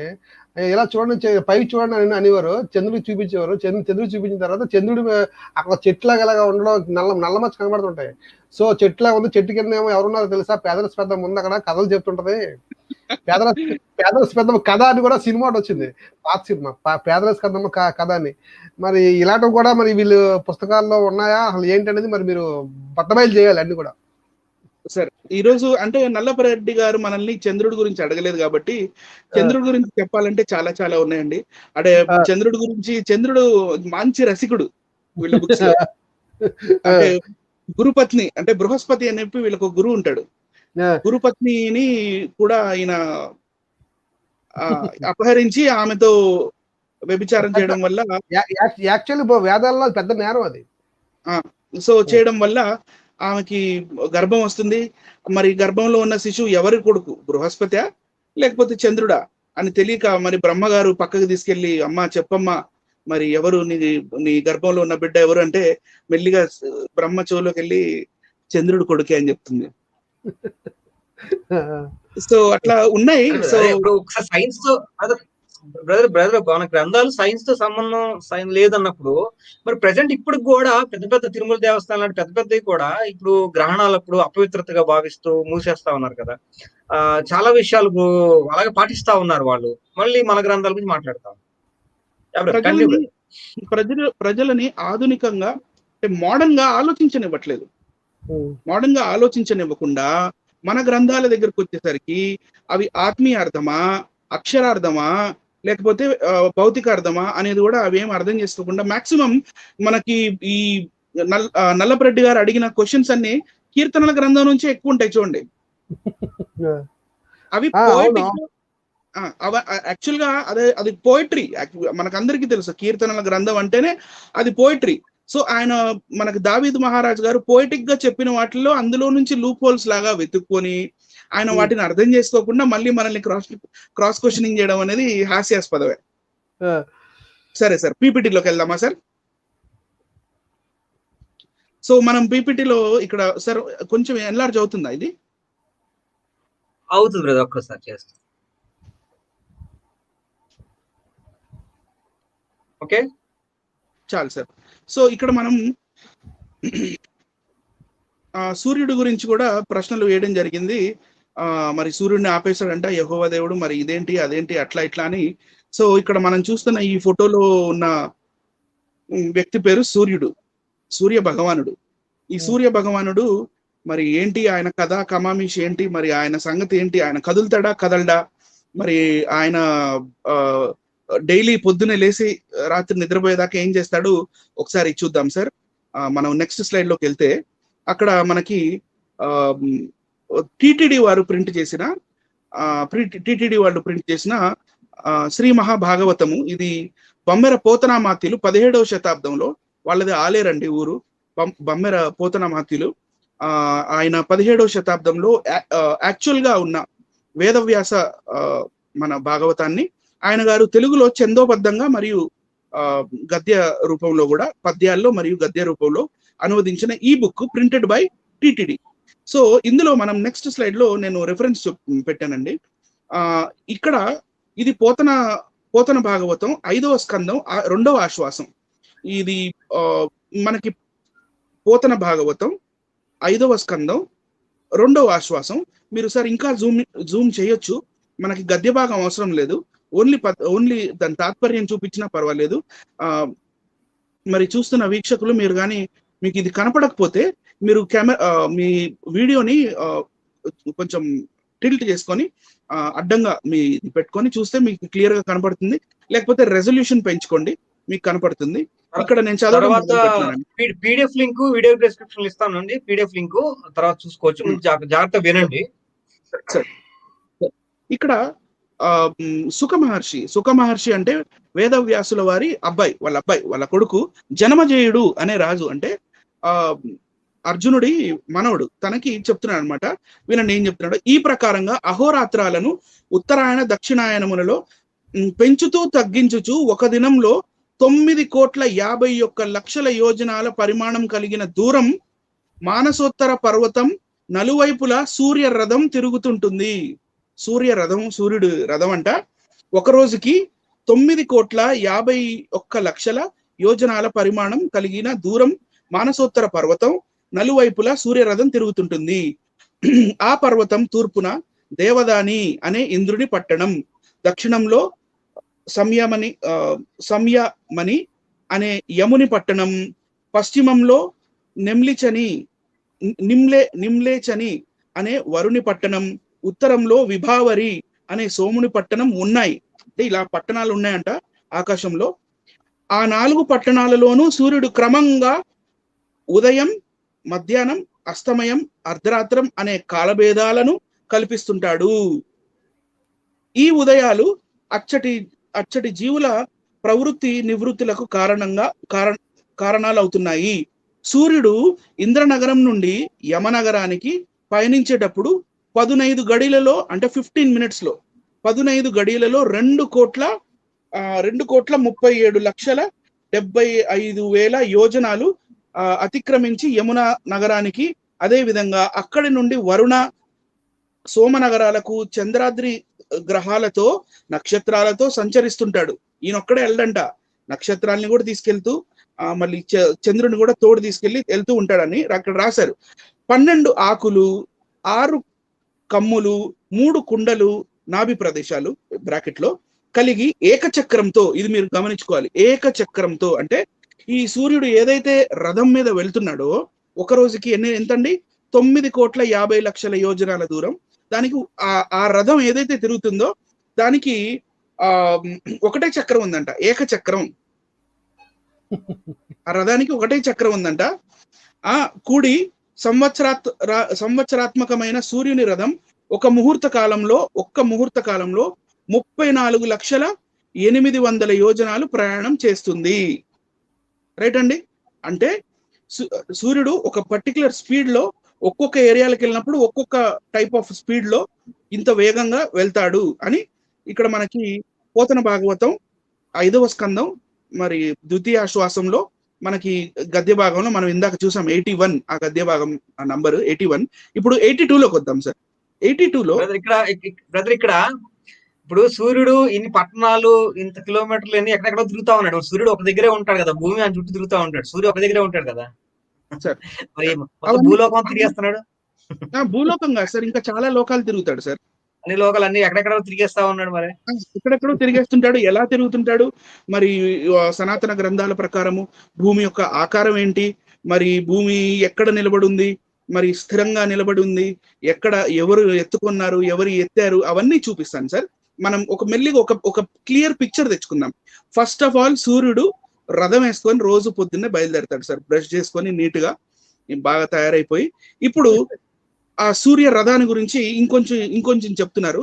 82 పద్యానికి ఆ తాత్పర్యం 82 సూర్య రథ చదవమంటారా సార్? స్టార్ట్ చేయమంటారా? సూర్య రథ చక్రానికి ఒక ఇరుసు అంటే ఒక కొక్కెం లాగా ఉంటుంది కదా సార్. సూర్య రథ చక్రానికి ఒక ఇరుసు అమర్చబడి ఉంది. ఆ ఇరుసుకు ఒకవైపు మేరు పర్వతము. ఇరుసు అంటే ఒక బ్రాకెట్ అనుకోండి సార్. ఇప్పుడు సైకిల్ టైర్ ఉంది, మీరు వెనకాల టైర్ తీసుకున్నారంటే ఒక బ్రాకెట్ లా ఉంటది, ఒక ఫోర్క్ షేప్ లో. అందులో వీల్ ని పెడతాం కదా, ఈ షేప్ లో ఉంటుంది. ఇందులో వీల్ ని పెడతాం కదా, అది ఆ ఒక్క ఇరుసు. ఎందుకంటే ఒకటే ఇది కదా, ఆ ఒక్క ఇరుసు ఉంటదంట. ఆ ఇరుసులో ఈ చక్రం ఉంటది. ఆ ఇరుసుకు ఒకవైపు మేరు అనే పర్వతం ఒక హుక్ లాగా అక్కడ పెట్టుంది, ఏది చక్రం ఊడిపోకుండా. ఆ ఇరుసుకు ఒకవైపు మేరు పర్వతము, రెండో వైపు మానసోత్తర పర్వతము ఉన్నాయంట. ఇక్కడ ఇట్లా ఉంటే ఇక్కడ బోల్ట్ లాగా, నట్ లాగా, ఇటు మేరు పర్వతం, ఇటు మానసోత్తర పర్వతం అని 2 నట్స్ తోటి ఫిట్ చేశారనమాట. 2 వైపులు వాయు పాశములతో గట్టిగా బిగింపబడి ఉంది. అంటే హైడ్రాలిక్స్ యూజ్ చేశారని చెప్తున్నాడు. వాయు పాశంతో హైడ్రాలిక్స్ యూజ్ చేసి గట్టిగా బిగించారు అని చెప్పి. ఇవాళ రేపు హైడ్రాలిక్స్ యూజ్ చేస్తారు కదా సార్, ఫోర్స్ ప్రెషర్ కోసము. సో వీళ్ళు ఏమంటారంటే మా టెక్నాలజీ ఎప్పటి నుంచో ఉంది చూడండి అని. కానీ అది సూర్య రథానికి పెడుతున్నారు అనేది వాళ్ళు మర్చిపోతారు సార్.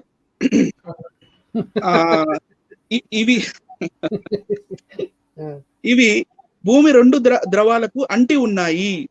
అటువంటి సూర్య రథానికి అమర్చబడిన కాడి 36 లక్షల యోజనాల పొడవు ఉంటుందంట. కాడి అంటే ఏంటి సార్? టిఎస్ కుమార్ గారు సార్. కాడి అంటే అది లెదర్ బెల్టే కదా, అదేనా? మేబీ పొడవు ఉంటుంది. ఆ కాడి సూర్య రథానికి కట్టిన గుర్రాల మెడలపై మోపబడి ఉంటుంది. ఎస్, లెదర్ బెల్టే. కూర్చుంటా కదండి కాడి. ఓకే. కాడి ఓకే, ఫ్రంట్ భాగం seat. Okay right. Next sir,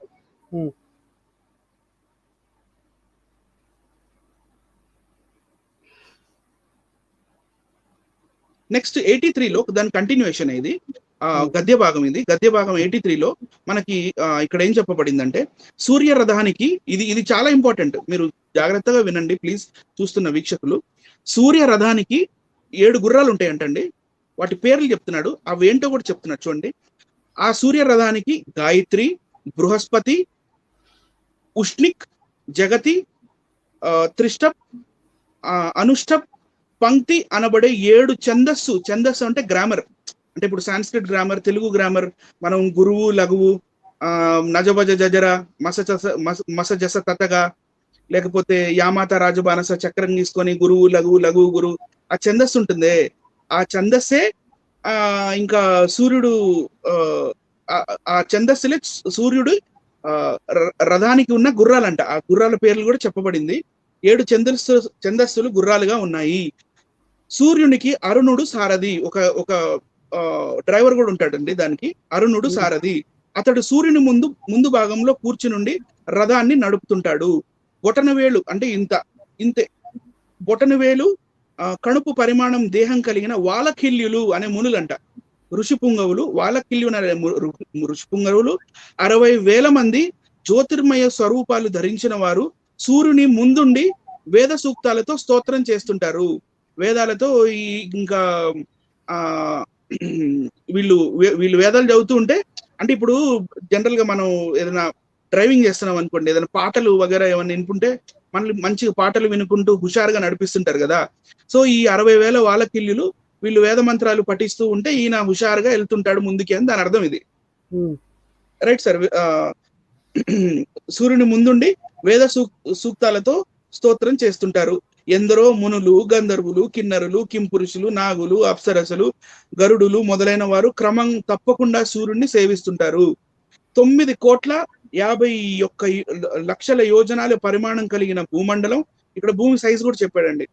9,51,00,000 యోజనాల పరిమాణం కలిగిన భూమండలం చుట్టూ సూర్యుడు క్షణానికి అంటే ఒక్క క్షణానికి అంటే 1/60th of a minute ఒక్క క్షణానికి 2,050 యోజనాల చొప్పున అహోరాత్రంలో సంచరిస్తుంటాడంట. 2000 సూర్యుడు భూమి చుట్టూ తిరుగుతా ఉన్నాడు. సూర్యుడు తిరుగుతా ఉన్నాడు భూమి చుట్టూ. అది ఒక్క సెకండ్ కి ఎంత స్పీడ్ కూడా చెప్తున్నారు చూడండి. 2,050 యోజనాల చొప్పున అహోరాత్రంలో సంచరిస్తుంటాడు అని చెప్పిన యోగీంద్రుని చూచి పరీక్షిత్ కుతూహలంగా ఇంకా క్వశ్చన్స్ వేస్తున్నాడు. అవునా, ఇజ్ ఇట్ సో, ఇంకా చెప్పు అడుగుతున్నాడు కదా అని ఇక వీళ్ళు ఇష్టం వచ్చేట్టు చెప్పేశారు. అడిగారు కదా, ఇప్పుడు సూర్యుడు ఉదయం అస్తమయం గురించి మాట్లాడారు కదా. అంటే సూర్యుడు ఇప్పుడు వీళ్ళ చుట్టూ గ్రంథం ప్రకారం సూర్యుడు భూమి చుట్టూ ఇంత వేగంతో తిరుగుతా ఉన్నాడు. సూర్యుడు ఆ రథం మీద 7 గుర్రాలు వేసుకొని 7 గుర్రాలు వేసుకొని తిరుగుతా ఉంటాడు సార్. రథసారథి అరుణుడు. మరి వీళ్ళకి అరుణుడు రథసారథి. అరుణుడు మీన్స్ ఎర్లీ మార్నింగ్, అంతేనా సార్? అంటే ఉషా కిరణాలు వస్తాయండి ముందు. అదేంటండి ఉషా కిరణాలు అంటే ఏంటి మరి? ఉషా కిరణాలు అంటే అవి పరిగెత్తుతూ ఉంటాయి కదా సార్. ఆ వేగానికి ఆ చక్రంలో నుంచి వచ్చే వేడికి ఉషా కిరణాలు వస్తాయి. ఓకే. ఇది భూమి చుట్టూ సూర్యుడు తిరుగుతున్నాడు అని వాళ్ళ గంధం చెప్తుంది. అది పాయింట్. ఇప్పుడు నెక్స్ట్ స్లైడ్ లో మీకు క్లియర్ అయిపోతుంది. ఆ ఫోటో మీరు క్లియర్ గా చూడండి, తెలిసిపోతుంది సార్. లెదర్ బెల్ట్ కాదు, కాడి అంటే యాక్చువల్లీ మనం అటు ఇటు కొండలు పెట్టుకొని భుజం మీద పెట్టి మోస్తాం కదా, మధ్యలో కార్ని దాన్ని కాడి అంటారు. ఆ టైప్ లో 2 గుర్రాల మధ్యలో ఉంటుంది కదా కర్ర, బ్యాలెన్స్ కూర్చున్న ప్లేస్ ని కాడి అంటారు. థ్యాంక్ యూ బ్రదర్ క్రిస్టఫర్ గారు. యాక్చువల్ గా సార్ నేను ఒక విషయం చెప్పాలి. నేను ఇంగ్లీష్ మీడియం, సారీ సార్, నాకు కొన్ని విషయాలు తెలీదు. ప్రేక్షకులు చూస్తున్న వారు కామెంట్ సెక్షన్ లో చెప్పినందుకు థ్యాంక్స్ అండి. కొన్ని తెలుగు చదివేటప్పుడు తప్పులు కూడా దొరలొచ్చు. కైండ్లీ ప్లీజ్ దాన్ని మీరు ఏం బాదర్ చేయకుండా ప్లీజ్ వదిలేసేయండి. ఇక్కడ ముఖ్యంగా ఇంపార్టెంట్ ఏంటంటే మన బైబుల్ గురించి అడిగారు కదా. ఇక్కడ చూస్తే సూర్యుడు భూమి చుట్టూ ఇంత వేగంతో 7 గుర్రాలు వేసి తిరుగుతున్నాడు. పోతన భాగవతం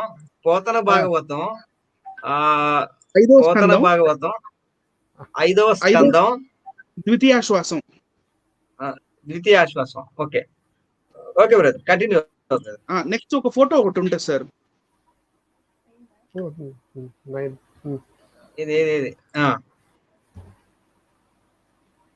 ఇది ఉంది సార్. ఏకచక్రం, ఒకటే చక్రం కదా చూడండి. 7 గుర్రాలు ఉన్నాయా, లెక్క పెట్టండి. ఫోటో బాగుంది. ఇప్పుడు ఉషా కిరణాలు ఎక్కడి నుంచి వస్తున్నాయంటే, మరి ఆయన రథం ఇప్పుడు ఫుల్ స్పీడ్ లో వెళ్తుంది కదా సార్ గాలిలో.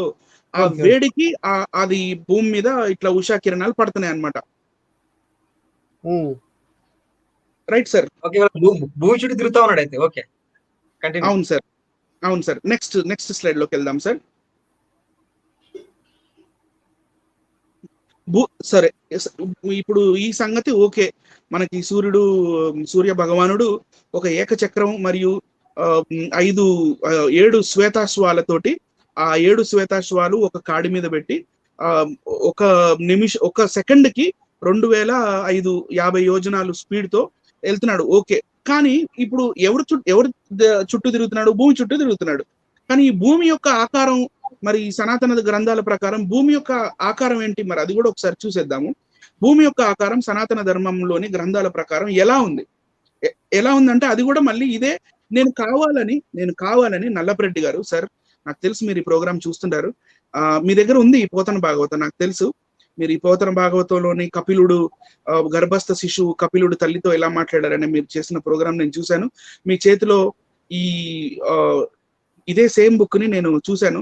మీ దగ్గర పోతన భాగవతం ఉంది, మీకు ఈజీగా ఉంటుందని నేను ఇది ఈజీలీ అందరికీ యాక్సెసిబుల్ కూడా బుక్. సో ఇందులో నుంచే ఇది కూడా వ్యాస భాగవతం కావాలంటే పెడదాం బ్రదర్. వ్యాస భాగవతం మీరు లేదని అంటే కనుక నీ వ్యాస భాగవతం చక్కగా వాట్సాప్ పెట్టేస్తాను ఎవరైనా కావాలంటే. సరే sir, right sir, next slide లోకి వెళ్దాం సార్. ఇక్కడ ఇది కూడా ఇది కంటిన్యూషన్ స్టోరీ అన్నమాట. యాక్చువల్ గా ఇది పోతన భాగవతం 5వ స్కందం ఆశ్వాసం 2. కాకపోతే ముందుకు వెళ్ళాం. ఇప్పుడు ఇందాక ఏంటంటే మనం సూర్యుడి కోసం అని చెప్పి మనం 81, 82, 83 లోకి వెళ్ళాం. ఇప్పుడు మళ్ళీ బ్యాక్ వెళ్దాము. సేమ్ అదే 5వ స్కందమే 2వ ఆశ్వాసమే. ఇక్కడ చూడండి, నరేంద్ర భూమి పద్మాకారంగా ఉంది. పద్మాకారం, ఓకే, పద్మాకారం పువ్వులాగా ఉంది. అంటే విచ్చుకున్న పువ్వు సార్, అది కూడా నాట్ లైక్ బడ్. అంటే వాళ్ళు అంటారు లేదు అది బడ్ రౌండ్ గా ఉంటుంది చూసారా, మొగ్గలు ఎలాగైతే ఉంటాయో అర్థం అలా ఉందని చెప్పారు మా బుక్స్ అంటారు. ఎందుకంటే ముందు లైన్స్ చదివితే మనకు అర్థమైపోతుంది. నరేంద్ర భూమి పద్మాకారంగా ఉంది. ఆ పద్మాకారమైన భూమిలో జంబూ ద్వీపం తామర రేకు లాగున గుండ్రంగా కనిపిస్తుంది. రేకుల గురించి కూడా చెప్తున్నాడు. అంటే విచ్చుకున్న పువ్వే ఇది, రైట్ సార్.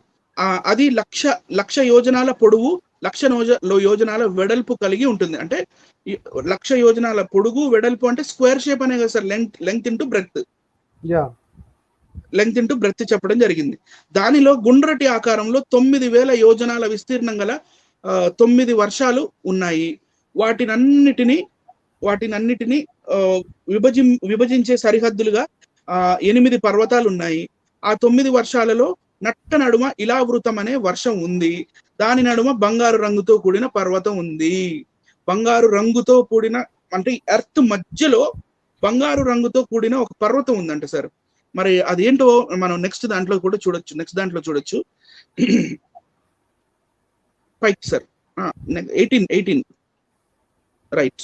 ఇక్కడ అదే సువర్ణమయమైన సుమేరు పర్వతము, రైట్ సార్.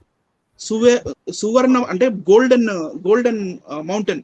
మెకనాస్ గోల్డ్ సినిమాలో మనకి పర్వతాలు కనపడతాయి కదా సార్, ఒక పర్వతం ఉంటుంది కదా, ఆ టైప్ అన్నమాట. అదే గోల్డ్ గని అదే సువర్ణమయమైన సుమేరు పర్వతం. భూమి పద్మం అయితే సుమేరు పర్వతం దాని కర్ణిక లాగున ప్రకాశిస్తుంది. దాని మిడిల్ పోర్షన్ ఎక్కడైతే బీజాలు సీడ్స్ ఉంటాయో అలాగా. సుమేరువు సామాన్యమైనది కాదు, అది కులగిరులకే రాజు వంటిది. కులగిరులకు అంటే మౌంటైన్స్ గిరులు. కుల అంటే వాళ్ళ గ్రూప్ లో in the category of mountains ఇది రాజు వంటిది అనమాట. కింగ్ ఆఫ్ మౌంటైన్స్ అనమాట ఇది. దేవతలందరూ ఆ పర్వతాన్ని చూసి రోజు వాళ్ళ పని అదే ఆశ్చర్యపోతూ ఉంటారంట సార్. Right sir. ఇంకా కిందది ఇదంతా మనకు అవసరం లేదు, మనం నెక్స్ట్ స్లైడ్ లోకి వెళ్దాం సార్. ఇప్పుడు దీనివల్ల మనకు అర్థం అవ్వాల్సింది ఏంటంటే భూమి ఇట్లా పద్మాకారంలో రౌండ్ గా ఉంది. Not spherical. నేను స్పియర్ షేప్ లో ఉంటుంది అని మనకి ఎక్కడ కనపడలేదు. భూమి పద్మాకారంలో రౌండ్ గా ఉంది, మధ్యలో ఒక పర్వతం ఉంది. అది ఇట్లా వాళ్ళు చెప్పారు. దాని ప్రకారం చూస్తే ఇక సూర్యుడు చంద్రుడు 2 కూడా దీని చుట్టూ తిరుగుతూ ఉంటారు, భూమి చుట్టూ. ఇదే విషయం సేమ్ నేను ఇప్పుడు సూర్యుడి గురించి భూమి గురించి ఏదైతే చదివానో మనకి మత్స్య పురాణం 126వ అధ్యాయము 41 నుంచి 46వ శ్లోక తాత్పర్యంలో కూడా మనకి ఇదే కనపడుతుంది. ఇంగ్లీష్ లో ఉంది. ఒకసారి ఇంగ్లీష్ లో కూడా చదివి వినిపించేస్తాను. మత్స్య పురాణం చాప్టర్ 126 41 నుంచి 46 శ్లోకాల దాకా. The sun in course of one single day and night goes swiftly over the world consisting of 7 oceans and 7 islands. Sitting in his one-wheeled chariot, ఒక చక్రం ఉన్న రథం మీద one-wheeled chariot and drawn by 7 horses, 7 గుర్రాలు. The 7 yoked to the sun chariot are no other than the 7 చందాస్. అంటే ఛందస్సు నేను ఏదైతే చెప్పానో ఇందాక, అదే మనకి ఉంటాయి కదా ఉత్పలమాల, చంపకమాల, అలాంటివి వాటి పేర్లు అవి. అట్లాంటివే ఈ సాంస్క్రిట్ ఛందస్సులో ఉన్న మాలలు అవి. They can assume form at their will, అంటే దాని ఇష్టం వచ్చిన ఆకారంలో అవి మారిపోతాయి. They go as they like ascending on such a chariot. The sun red లో ఉంది చూడండి, the sun travels the earth in course of 1 day 24 hours. అక్కడ ఇట్లా తిరుగుతాడని చెప్పి మనకి మత్స్య పురాణం దొరుకుతుంది. మీరు కింద కానీ చూస్తుంటే ఇదే దీంట్లో బ్రహ్మాండ పురాణంలో కూడా ఇదే మ్యాటర్ రాసుంటుంది. బ్రహ్మాండ పురాణం వాల్యూమ్ 1 సెక్షన్ 2 చాప్టర్ 21 ఈ శ్లోకాలు 87 and 88 యొక్క తాత్పర్యంలో ఏమని ఉంటుందంటే, every day the sun traverses those zones in due order just as the outer rim of the potter. ఇప్పుడు ఈ చక్రం, మన కుమ్మరి చక్రం ఎలాగైతే తిప్పుతాడో ఆ చక్రం ఇట్లా రౌండ్ ఔటర్ పోర్షన్, దాని ఔటర్ రిమ్ చూస్తే అది గర్రని తిరుగుతూ ఉంటది. అలాగే సూర్యుడు కూడా గర్రని మనకి భూమి చుట్టూ తిరుగుతుంటాడు అని మనకి బ్రహ్మాండ పురాణం వాల్యూమ్ 1 సెక్షన్ 2 చాప్టర్ 28 శ్లోకం 87 and 88 లో మనకి కనపడుతుంది. Just as the outer rim of the potter's wheel come back quickly, IE అంటే revolves, and also the sun functions quickly during the southern transit and traverses a major portion of the earth in the course of a shorter period. అంటే చలికాలంలో రోజులు తక్కువ ఉంటాయి, ఎండాకాలంలో పెద్దగా దినాలు ఉంటాయి. సో అట్లా అతను స్పీడ్ తగ్గిస్తూ పెంచుతూ ఉంటాడు అని వీళ్ళకి అలా అర్థమైంది కాబట్టి బ్రహ్మాండ పురాణంలో ఇలా రాశారు. సో ద కీ పాయింట్స్, ఇప్పుడు నేను కీ పాయింట్స్ సార్ మనల్ని చూపించండి సార్. కీ పాయింట్స్ ఇప్పుడు ఏంటంటే, నంబర్ 1, ఫస్ట్ వీళ్ళ బుక్స్ ప్రకారము సూర్యుడికి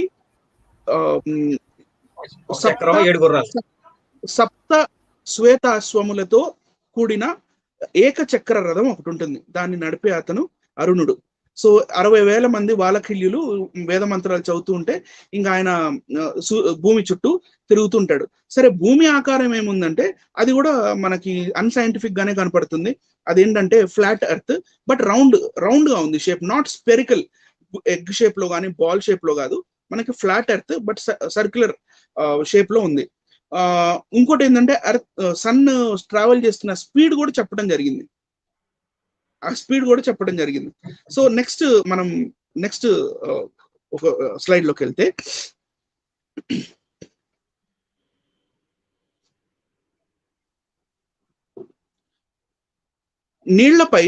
నీళ్లపై నావ అంటే పడవ, నీళ్లపై నావ ఎలా తేలుతుందో మన భూమి కూడా నీళ్లపై అలాగే తేలుతుంది. నీళ్లపై నావ ఎలా తేలుతుందో మన భూమి కూడా నీళ్లపై అలాగే తేలుతుంది అని స్వయంగా భూదేవి చెప్పింది. సార్ టిఎస్ కుమార్ సార్ గారు, నీళ్లపై తేలుతాం. మనకి ఇందాక బైబుల్లో నీళ్లు పునాదులు చెప్తే ఇష్టం వచ్చినట్టు మాట్లాడారు కదా, ఇప్పుడు అది చూద్దాం హిందూ గ్రంథాలు. ఇది కూడా సేమ్ మన నల్లపరెడ్డి గారికి చాలా ఫేవరెట్ బుక్ అయిన మన పోతన భాగవతంలోనే దొరుకుతుంది.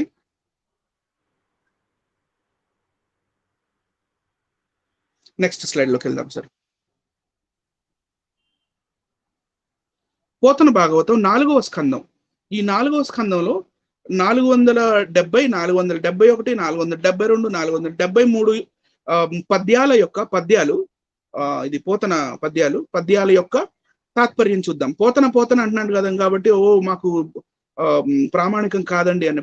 పోతన తెలుగులో తర్జుమా చేసింది కూడా వ్యాస భాగవతాన్నే, కాకపోతే ఈయన తెలుగులో చందోబద్ధంగా చేశాడు కాబట్టి టిటిడి వాళ్ళు అమ్ముతున్న ఈ బుక్స్ లో నుంచే తీసుకోవడం జరిగింది. టిటిడి వాళ్ళు ముద్రించిన బుక్ అండి. తిరుమల తిరుపతి దేవస్థానం వారు.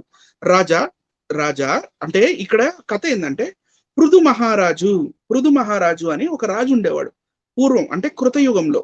ఆ పృథు మహారాజు ఏలుతున్న కాలంలో భయంకరమైన కరువు వచ్చిందనమాట. భయంకరమైన కరువు వచ్చినప్పుడు ఎంతో మంది మరి పేదవాళ్ళు, బ్రాహ్మణులు, ఋషులు, మునులు, ప్రజలు వీళ్ళందరూ భూమి మాకు కావలసిన ఇవన్నీ ఏమి ఇవ్వట్లేదు, భూమి బాగా మొండికేస్తుంది, మరి ఏం చేయాలి, కరువు వచ్చేసింది, మాకు తినడానికి కూడా మాకు ఏం దొరకతలేదు, సో రాజా నువ్వే ఏదో చేయాలి అన్నప్పుడు చూడండి వాళ్ళు ఎలా చెప్తున్నారో. ఈ సందర్భం మీకు అర్థమవుతుంది. ఒక 2 లైన్లు చదువుతాను. రాజా, చెట్టు తొర్రల్లో పుట్టి అగ్ని చేత దహింపబడే చెట్ల వలె మేము ఆకలి బాధతో మలమల మాడిపోతున్నాము. రిఫరెన్స్ ఫుల్ స్క్రీన్ చేస్తారా సార్? ఓకే.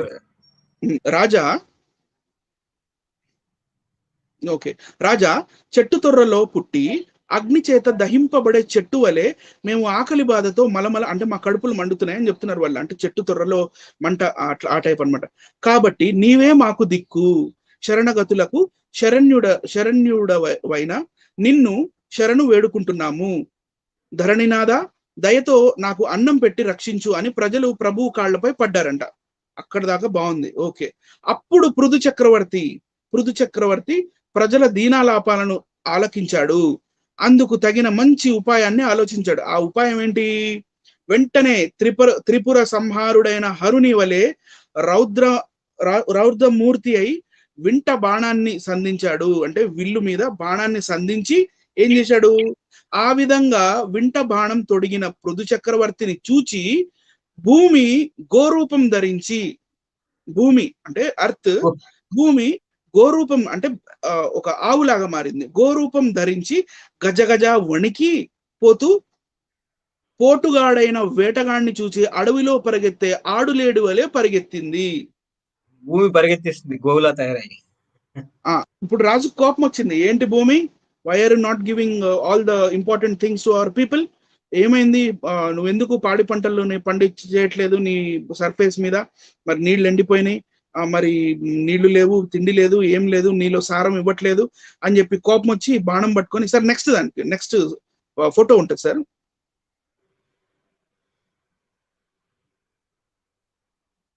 ఇలా ఇదిగోండి పృథు మహారాజు ఒక గుర్రాన్ని, అదే ఒక రథాన్ని వేసుకొని విల్లుని చేతిలో పట్టుకొని బాణం సంధించి ఇక భూమిని చంపడానికి వెళ్ళినప్పుడు భూమికి భయం పుట్టి పరిగెత్తాలి కదా. ఆమె ఇంకా ఒక గోవు రూపం ధరించి పరిగెత్తడం మొదలు పెట్టింది. ఇక ఆమెను పరిగెత్తిస్తున్నాడు. ఎలా పరిగెత్తిస్తున్నాడు, ఏం మాట్లాడుతున్నాడు చూడండి. వీళ్ళిద్దరు మాట్లాడుకుంటారు. వీళ్ళిద్దరి మధ్యలో జరిగే సంభాషణ చాలా చాలా ఇంట్రెస్టింగ్ గా ఉంటది.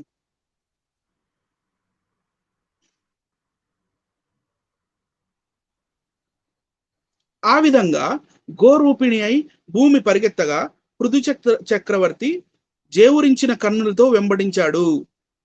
అది దశలలో ఎక్కడికి పోతే అక్కడికి వింటిని ఎక్కుపట్టి వెంటనంటి పరిగెత్తాడు. అంటే భూమిని ఎక్కడి నుంచి పరిగెత్తాడు, ఎక్కడ నిలబడి పరిగెత్తాడు, మనకి మైండ్ బ్లాక్ అయిపోతుంది. ఎందుకంటే రథం నడవాలంటే భూమి ఉండాలి. ఆమెమో ఆవు రూపం వచ్చేసింది, ఎటు వెళ్ళినా ఆమె వెంబడి పడుతున్నాడు. అది దశ దిశలలో ఎక్కడికి పోతే అక్కడికి వింటిని ఎక్కుపెట్టి వెంటనంటి పరిగెత్తాడు. అప్పుడు మరొక దిక్కు లేక మృత్యువునకు భయపడే ప్రజవలే భయపడుతూ పరితపించుతూ భూదేవి పృథువుతో ఇలా అన్నది. ఏమంది? వేనపుత్ర, అంటే వీళ్ళ డాడీ పేరు వేణువుడు అనే రాజుకి పుట్టిన, వేణుడు అనే రాజుకి పుట్టిన పిల్లోడే రాజే. నెక్స్ట్ ఈయన పృథు మహారాజు రాజయ్యాడు అనమాట. అందుకని వేనపుత్ర అని అంటుంది. నీవు ధర్మం తెలిసిన వాడవు, ఆపదలో ఉన్న వారిని ఆదుకునేవాడవు, మహానుభావుడవు, సకల ప్రాణులను రక్షించుటకు నియమింపబడిన వాడవు. అటువంటి నీవు ఆడదానినైనా నన్ను చంపుటకు ఎందుకు పూనుకున్నావు? అంటే నేను ఐఎమ్ ఏ లేడీ అని చెప్తుంది. జెండర్ కూడా చెప్పేస్తుంది అక్కడ భూమికి ఎర్త్ కి ఫిమేల్ జెండర్ అంట, ఆమె ఫిమేల్ అని కూడా చెప్తుంది ఇక్కడ. చూడండి సార్. అటువంటి నీవు ఆడదానైనా నన్ను చంపుటకు ఎందుకు పూనుకున్నావు? నేను దిక్కు లేని దానను, ఏ తప్పు చేయని దానను, నా వెంట ఎందుకు పడ్డావు? ధర్మరహస్యం తెలిసి దీనవత్సలులైన వారు స్త్రీలు తప్పు చేసినను చంపరు కదా అని పలికి భూదేవి పృథు చక్రవర్తితో మళ్ళీ ఇట్లా అంది. కొంచెం ఓవర్, మళ్ళీ అంటే కంటిన్యూ చేసింది ఆమె చెప్పటం. ఏం చెప్పి ఇప్పుడు నెక్స్ట్ ఇది చూడండి. అలా ఆయన పరిగెత్తిస్తా ఉన్నాడు, ఈమె పరిగెత్తా ఉంది. ఇప్పుడు నెక్స్ట్ దాంట్లో ఆమె ఏం చెప్పింది, భూమాత ఏం చెప్పింది పృథు చక్రవర్తికి అనేది చాలా ముఖ్యమైన విషయం ఇది.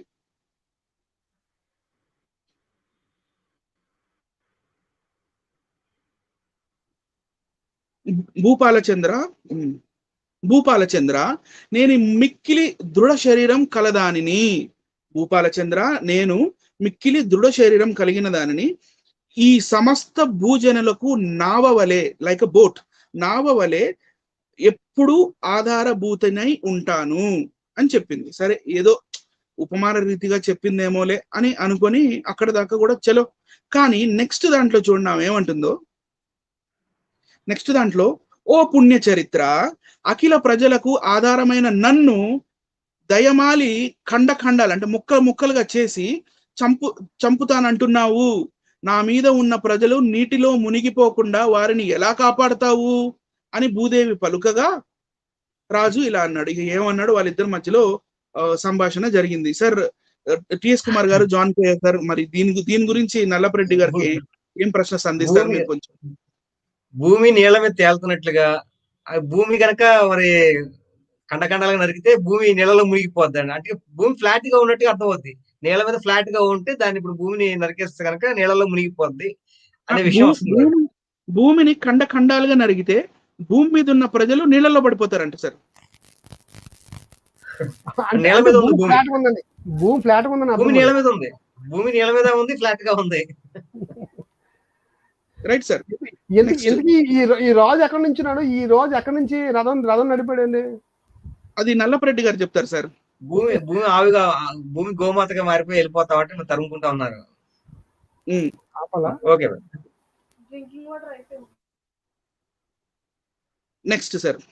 ఆ తర్వాత ఇక భూమి ఇంకా పృథు మహారాజు వీళ్ళిద్దరూ కాంప్రమైజ్ అవుతారు. కాంప్రమైజ్ అయిన తర్వాత భూమి ఏదైతే కామధేను రూపంలో అంటే గో రూపంలో ఉందో ఆ భూమి తన పొదుగు నుంచి రకరకాల ఔషధుల్ని ఇస్తుంది.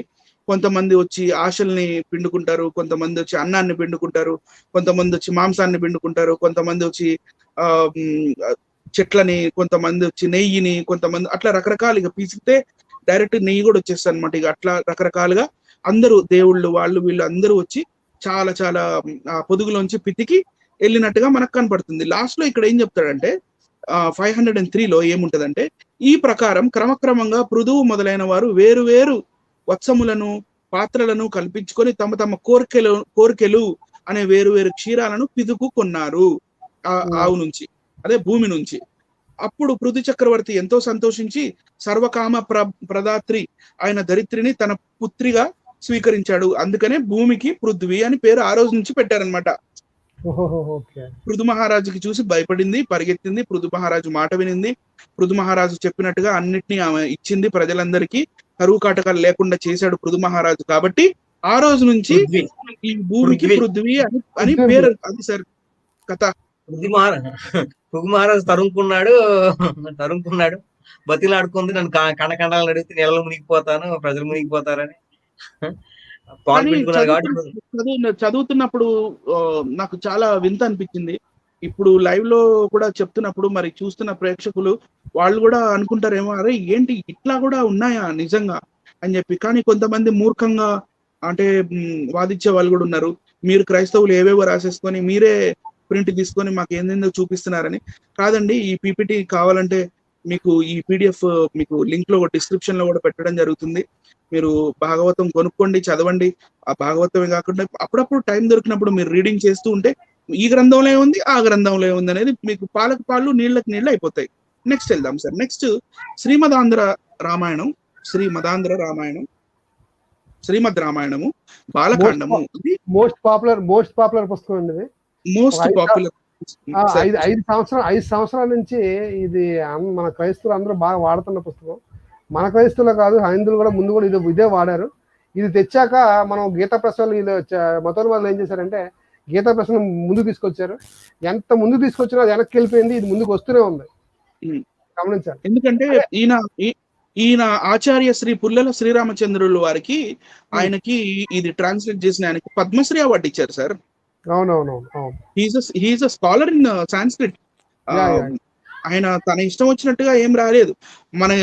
మన ధర్మ మార్గం భాస్కర్ రాజు గారిని అడిగినా కూడా ఆయన పుల్లెల శ్రీరామచంద్రుడు బుక్ చదవండి అని ఒక వీడియోలో చెప్పారు కూడా. ఆయన నేను విన్నాను ఆ వీడియో. రిఫరెన్స్ లోకి వెళ్దాం సార్. మనం ప్రేక్షకులకి తొందరగా ఈ మ్యాటర్ కూడా ఒకటి చెప్పేస్తే ఇది కూడా చాలా ఇంపార్టెంట్, చాలా ఇంట్రెస్టింగ్ గా కూడా ఉంటుంది. ఇది ఈ కథ ఏంటంటే సగర మహారాజు అని ఒక అతను ఉంటాడు. సగర మహారాజు. ఆ సగర మహారాజుకి పిల్లలు పుట్టరు. పిల్లలు పుట్టకపోతే ఆయన తపస్సు చేస్తాడు. సరే చలో ఆయనకి ఇది పిల్లలు పుడటానికి వరం వస్తుంది. ఆ రెండో భార్య అయిన సుమతికి 60,000 మంది పిల్లలు పుడతారు. అది ఎలా పుట్టారు, తర్వాత ఏం జరిగింది అనేది నేను ఇప్పుడు చెప్తాను సార్. ఇది విశ్వామిత్రుడు శ్రీరామచంద్రుడికి ఎక్స్ప్లెయిన్ చేస్తూ చెప్పిన కథ ఇది. రామ, సుమతి సొరకాయ వంటి గర్భపిండమును కనెను. ఆ గర్భపిండము పగులగా 60,000 మంది పుత్రులు బయటకు వచ్చిరి. ఇక్కడ దాకా క్లియర్ కదా. సుమతి అంటే రెండో భార్య, సగర మహారాజు రెండో భార్య. ఫస్ట్ భార్యకేమో అసమంజసుడు అని చెప్పి ఒక సింగిల్ కొడుకు పుడతాడు. రెండో భార్యకేమో 60,000 మంది పుడతారు. వీళ్ళని ఎలా పెంచారో చూడండి. పెంపుడు తల్లులు వారిని నేతిలో నింపిన పాత్రల్లో ఉంచి పెంచిరి. చాలా కాలమునకు వారు యవనవంతులు అయిరి. అంటే ఇన్క్యుబేటర్ లో పెట్టారు. నేతి ఇన్క్యుబేటర్, ఆక్సిజన్ ఇన్క్యుబేటర్ ఉంటాయి కదా, అలా కాకుండా ఇట్లా నెయ్యి ఇన్క్యుబేటర్ లో పెట్టి పెంచితే చాలా కాలానికి వాళ్ళు యవనస్తులు అయ్యారు. ఓకే, ఇప్పుడు కొంతకాలానికి వాళ్ళు యవనస్తులు అయిన తర్వాత ఈ జనరల్ గా రాజులు అనే వాళ్ళు అశ్వమేధ యాగం చేస్తుంటారు కదా, అశ్వాన్ని వదులుతారు. అశ్వమేధ యాగం చేసి సంవత్సరం పాటు ఆ గుర్రం బయట రాజ్యాల్లో ఎక్కడి వరకు తిరుగుతుందో అక్కడి వరకు తిరిగితే ఆ రాజ్యం అంతా వీళ్ళదే సంవత్సరం పాటు. సో ఆ సంవత్సరం పాటు వీళ్ళు యజ్ఞ యాగాదులు లోపల చేసుకుంటా ఉంటారు. వాళ్ళు ఈ గుర్రంతో పాటు కొంతమందిని పంపిస్తారు. కానీ ఇంద్రుడు వచ్చేసి గుర్రాన్ని దొంగతనం చేసేస్తాడు సార్. దొంగతనం చేసి ఎక్కడో దాచిపెట్టేస్తాడు ఆ గుర్రాన్ని. వాళ్ళకి ఆ గుర్రం దొరకదు. ఏం చేద్దామా అని చెప్పి వాళ్ళు తవ్వుతా ఉంటారు, భూమిని తవ్వుతా ఉంటారు.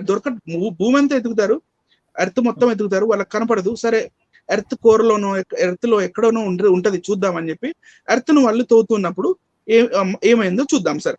మరలా తవ్వి భూతలమును భేదింపుడు అని చెప్పినప్పుడు వాళ్ళు అట్లానే చేశారు. అశ్వమును హరించిన వాణిని పట్టుకొని కార్యము పూర్తి అయిన పిమ్మటిని తిరిగి రండు అని వాళ్ళ డాడీ చెప్తే మళ్ళీ మీకు భూమిని తవ్వుతుంటారు వాళ్ళు. తండ్రి అయిన సగరుని ఆజ్ఞను అనుసరించి ఆ 60,000 మంది కుమారులు పాతాళమునకు శ్రీగ్రముగా పోయిరి. నెక్స్ట్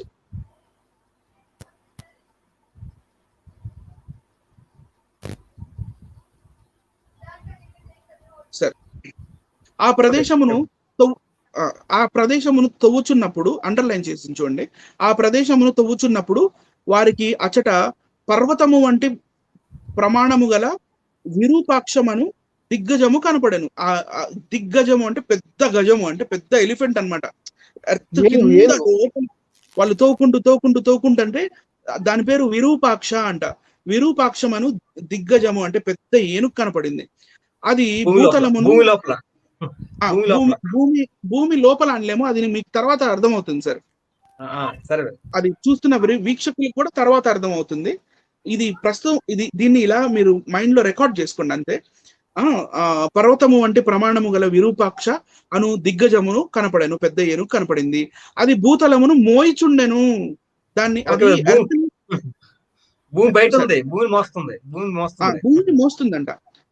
రామ, ఆ విరూపాక్షమనుడు ఆ దిగ్గజము పర్వత వనాది సమేతముగా ఈ భూమినంతయు తన శిరస్సుపై మోస్తూ ఉందంట సార్.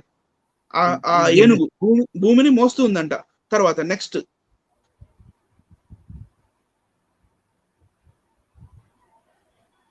రామ, ఇది మనకి వాల్మీకి రామాయణం బాలకాండ 38వ సర్గ నుంచి స్టార్ట్ అవుతుంది సార్.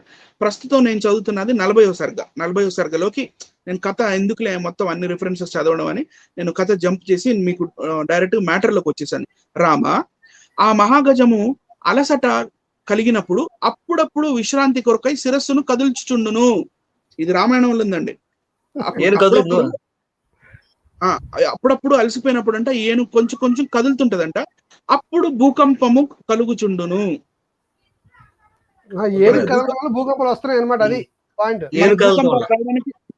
నల్లపరెడ్డి గారి ప్రకారం మనకి భూకంపాలు రావడానికి కారణం ఏనుగు తల అటు ఇటు కొంచెం కదిలించినందువల్ల, అలసిపోయి. అది కూడా రామ, వారు ఆ దిగ్గజమును ప్రదక్షిణము చేసి పూజించి భూమిని భేదించుకొనుచు పాతాళమునకు పోయారు. మళ్ళీ వెళ్ళారు.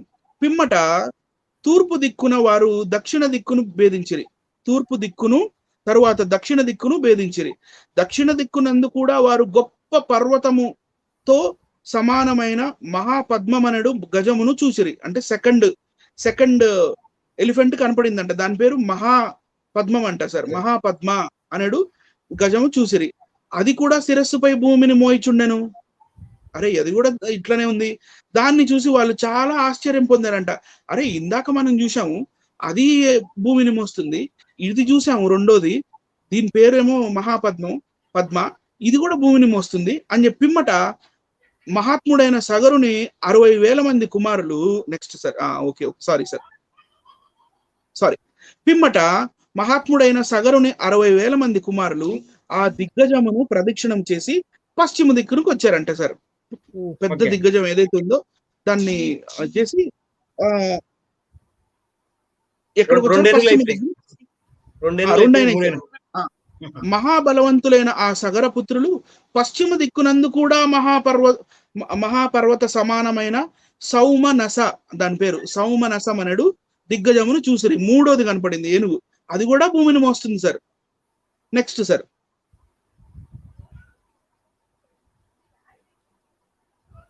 అది కూడా భూమిని మోస్తుంది. ఇప్పటికి మూడైనాయి సార్. వారు ఆ దిగ్గజమునకు ప్రదక్షిణ నమస్కారములు చేసి ప్రదక్షిణ చేశారు. అంటే ఎంత పెద్దగా ఉంటది ఏనుగు చూడండి, భూమిని మోస్తుందంటే. ప్రదక్షిణ చేశారు, నమస్కారం చేశారు, కుశల ప్రశ్నలు కూడా వేశారంట సార్. 20వ శ్లోకం యొక్క తాత్పర్యంలో ఉంటుంది. కుశల ప్రశ్న వేసి అచ్చటి నుండి భూమిని తవ్వుకుంటూ మళ్ళీ భూమిని తవ్వుకుంటూ ఉత్తర వైపు వెళ్ళారు. ఉత్తర వైపు వెళ్తే మళ్ళీ కింద 21వ శ్లోకం యొక్క తాత్పర్యంలో రామ ఉత్తర దిక్కునందు వారు మంగళకరమైన శరీరముతో ఈ భూమిని మోయిచున్న మంచు వలె తెల్లగా ఉన్న వైట్ ఎలిఫెంట్ అంట. ఆ తెల్లగా ఉన్న భద్ర, దాని పేరు భద్రమనడు దిగ్గజమును చూచిరి. ఇప్పుడు టోటల్ 4 అయినాయి సార్. 4 ఎలిఫెంట్స్. ఓకే, 4 ఏనుగులు ఉన్నాయి సార్. ఇప్పుడు 22లోకి భూమిని మోస్తామని తల కదిపినప్పుడల్లా భూకంపాలు వస్తున్నాయి భూమి మీద. అవును సార్, అవి కొంచెం రామాయణం ప్రకారం సార్. మన సొంత మాటలు ఏం కాదు సార్, ఊరికే మనం చదువుతున్నాం అంతే. పిమ్మట 22వ శ్లోకం, పిమ్మట ఆ సగరుని 60,000 మంది కుమారులను ఆ దిగ్గజమును స్పృశించి ముట్టుకున్నారు. ప్రదక్షిణ నమస్కారం చేసి మళ్ళీ భూమిని తవ్వారంట. తవ్వినప్పుడు పిమ్మట ఆ సగరు కుమారులందరూ ప్రసిద్ధమైన ఈశాన్య దిక్కునకు వెళ్ళి రోషముతో, అంటే ఏంది మనకి ఎక్కడికి వెళ్ళినా కూడా ఏనుగులు కనపడుతున్నాయి, భూమిని మోస్తున్నాయి. 4 ఏనుగులు కలిపి ఒక భూమిని మోస్తున్నాయి. ఈస్ట్, వెస్ట్, నార్త్, సౌత్ వెళ్ళాము. ఎటువైపు వెళ్ళినా కూడా ఈసారి అట్లా కాదని చెప్పి ఈశాన్యం వైపు వెళ్ళారంట. ఈశాన్యం అంటే నార్త్ ఈస్ట్, అంతేనా సార్? నార్త్ ఈస్ట్ వైపుకి వెళ్ళారు వాళ్ళు. అక్కడ చూడండి, రామ భయంకరమైన వేగము గొప్ప బలము గల ఆ మహాత్ములు.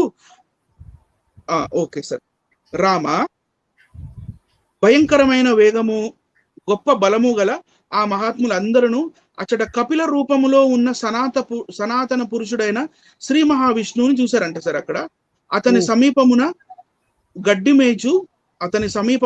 మేచు ఎక్కడ పాతాళంలో గడ్డి మేస్తున్నాయి. విష్ణు ఉన్నాడు, విష్ణు దగ్గర గుర్రం అక్కడ గడ్డి వస్తుంది. అక్కడ గడ్డి మేయచు తిరుగుచున్న అశ్వమును చూచిరి. ఆ అశ్వమును కనపడగానే చాలా సంతోషించిరి. తర్వాత ఏమైంది అది మనకు అనవసరం. అంటే ఇక్కడ మనకి ఏం చెప్తున్నా అంటే నెక్స్ట్ స్లైడ్ లో మనకు క్లియర్ అయిపోతుంది సార్. 4 ఏనుగులు ఉన్నాయి. సూపర్ బ్రదర్, బాగుంది. పిక్ బాగా కష్టపడి సంపాదించారు. ఇదండి నల్లపురెడ్డి గారు. మరి భూమి కింద 4 ఏనుగులు ఉన్నాయి, మోస్తున్నాయి. అది కదిలినప్పుడల్లా భూకంపాలు వస్తా ఉన్నాయి. దానికి తాబేలు వస్తుంది, మళ్ళీ తాబేలు ఉంది.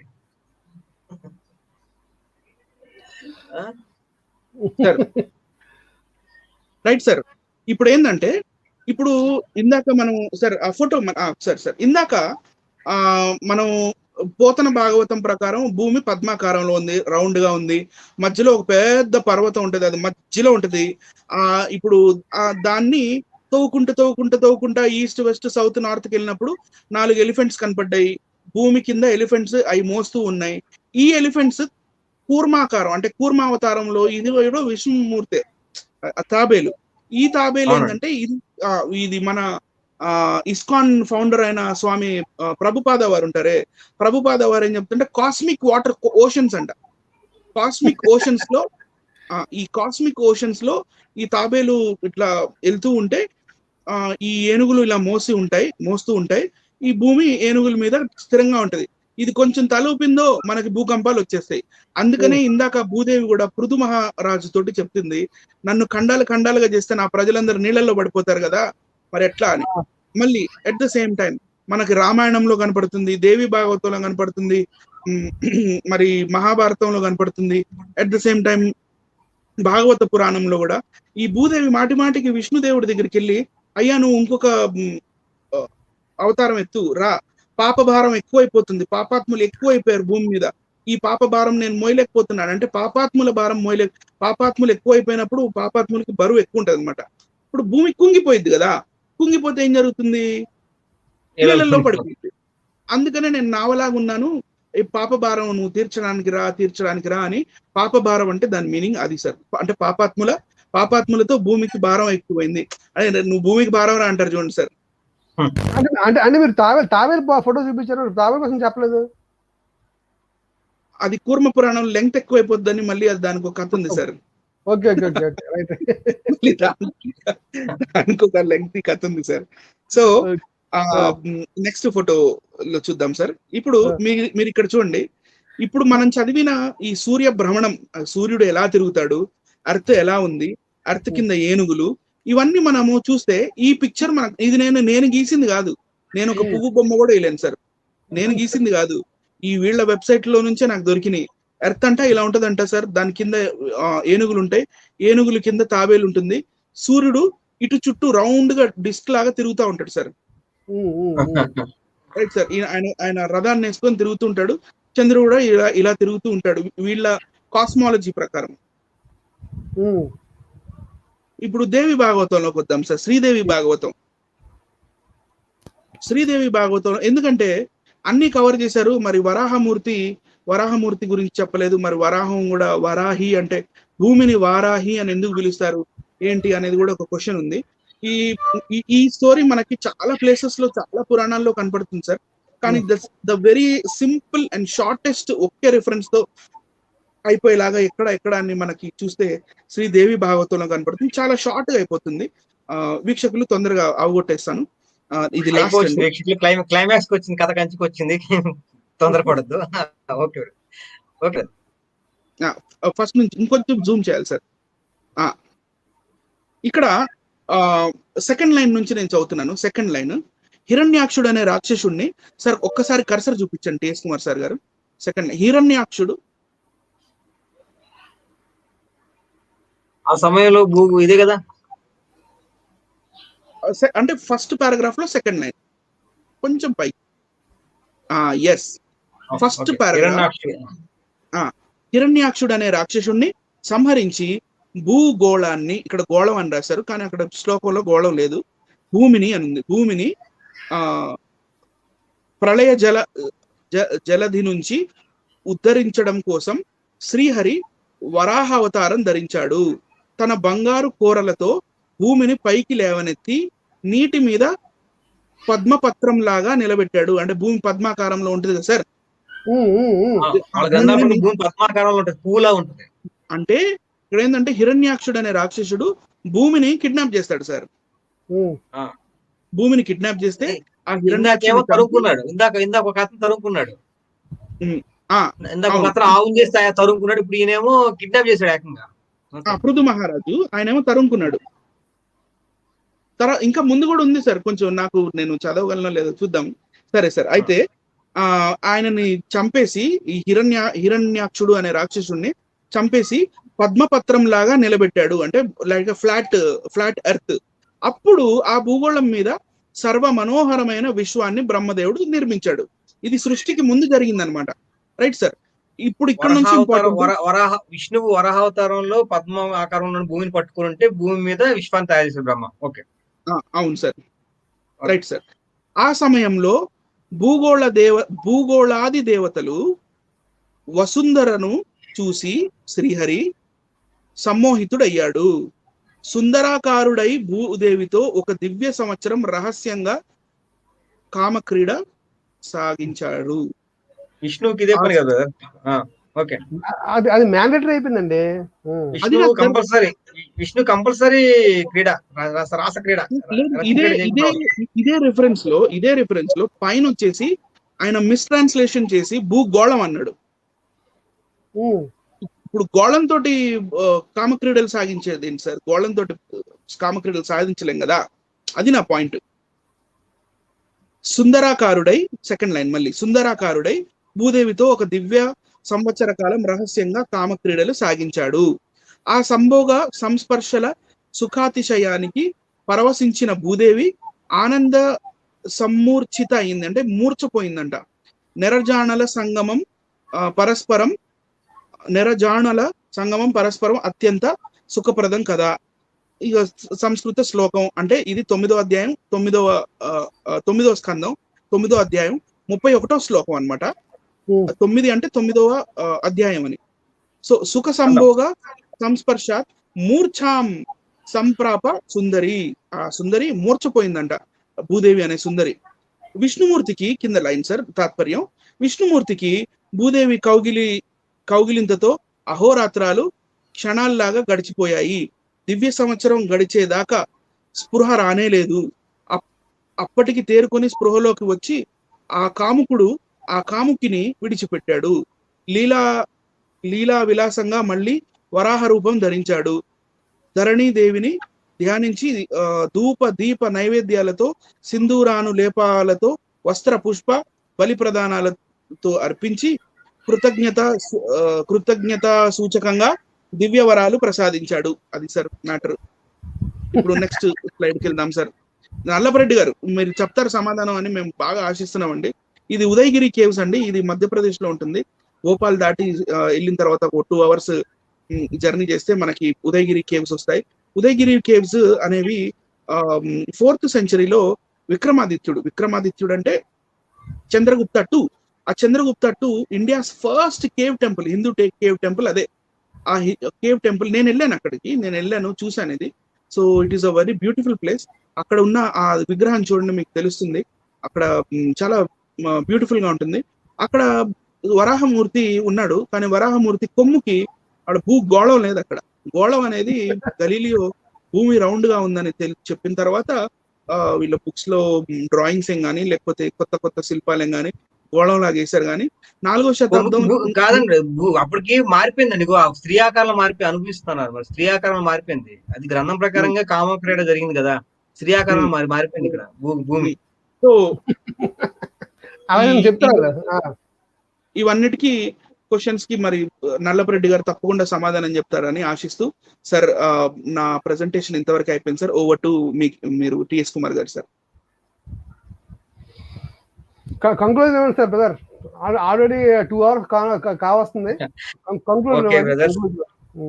ఇప్పుడు దాకా వీక్షించిన వీక్షకులందరికీ వందనాలు. అనిల్ గారు అప్రిషియేట్ చేస్తున్నాను. మంచి వండర్ఫుల్ మెసేజ్ అండి. ఎప్పటికీ నిలిచిపోయాక ఈ వీడియో ఉండిపోద్ది, ఎందుకంటే అనేకులు సత్యాన్ని తెలుసుకుంటారు. చక్కటి వివరణ ఇచ్చారు. Thank you sir. బ్రదర్, భూమి ఆవుగా మారిపోయి పరిగెడుతుంది అనే విషయాలు, అదేవిధంగా పృథ్వీ అనే పేరు ఎందుకు వచ్చిందని, అదేవిధంగా వరహ పేరు ఎందుకు వచ్చిందని చాలా చక్కగా ఇచ్చారు.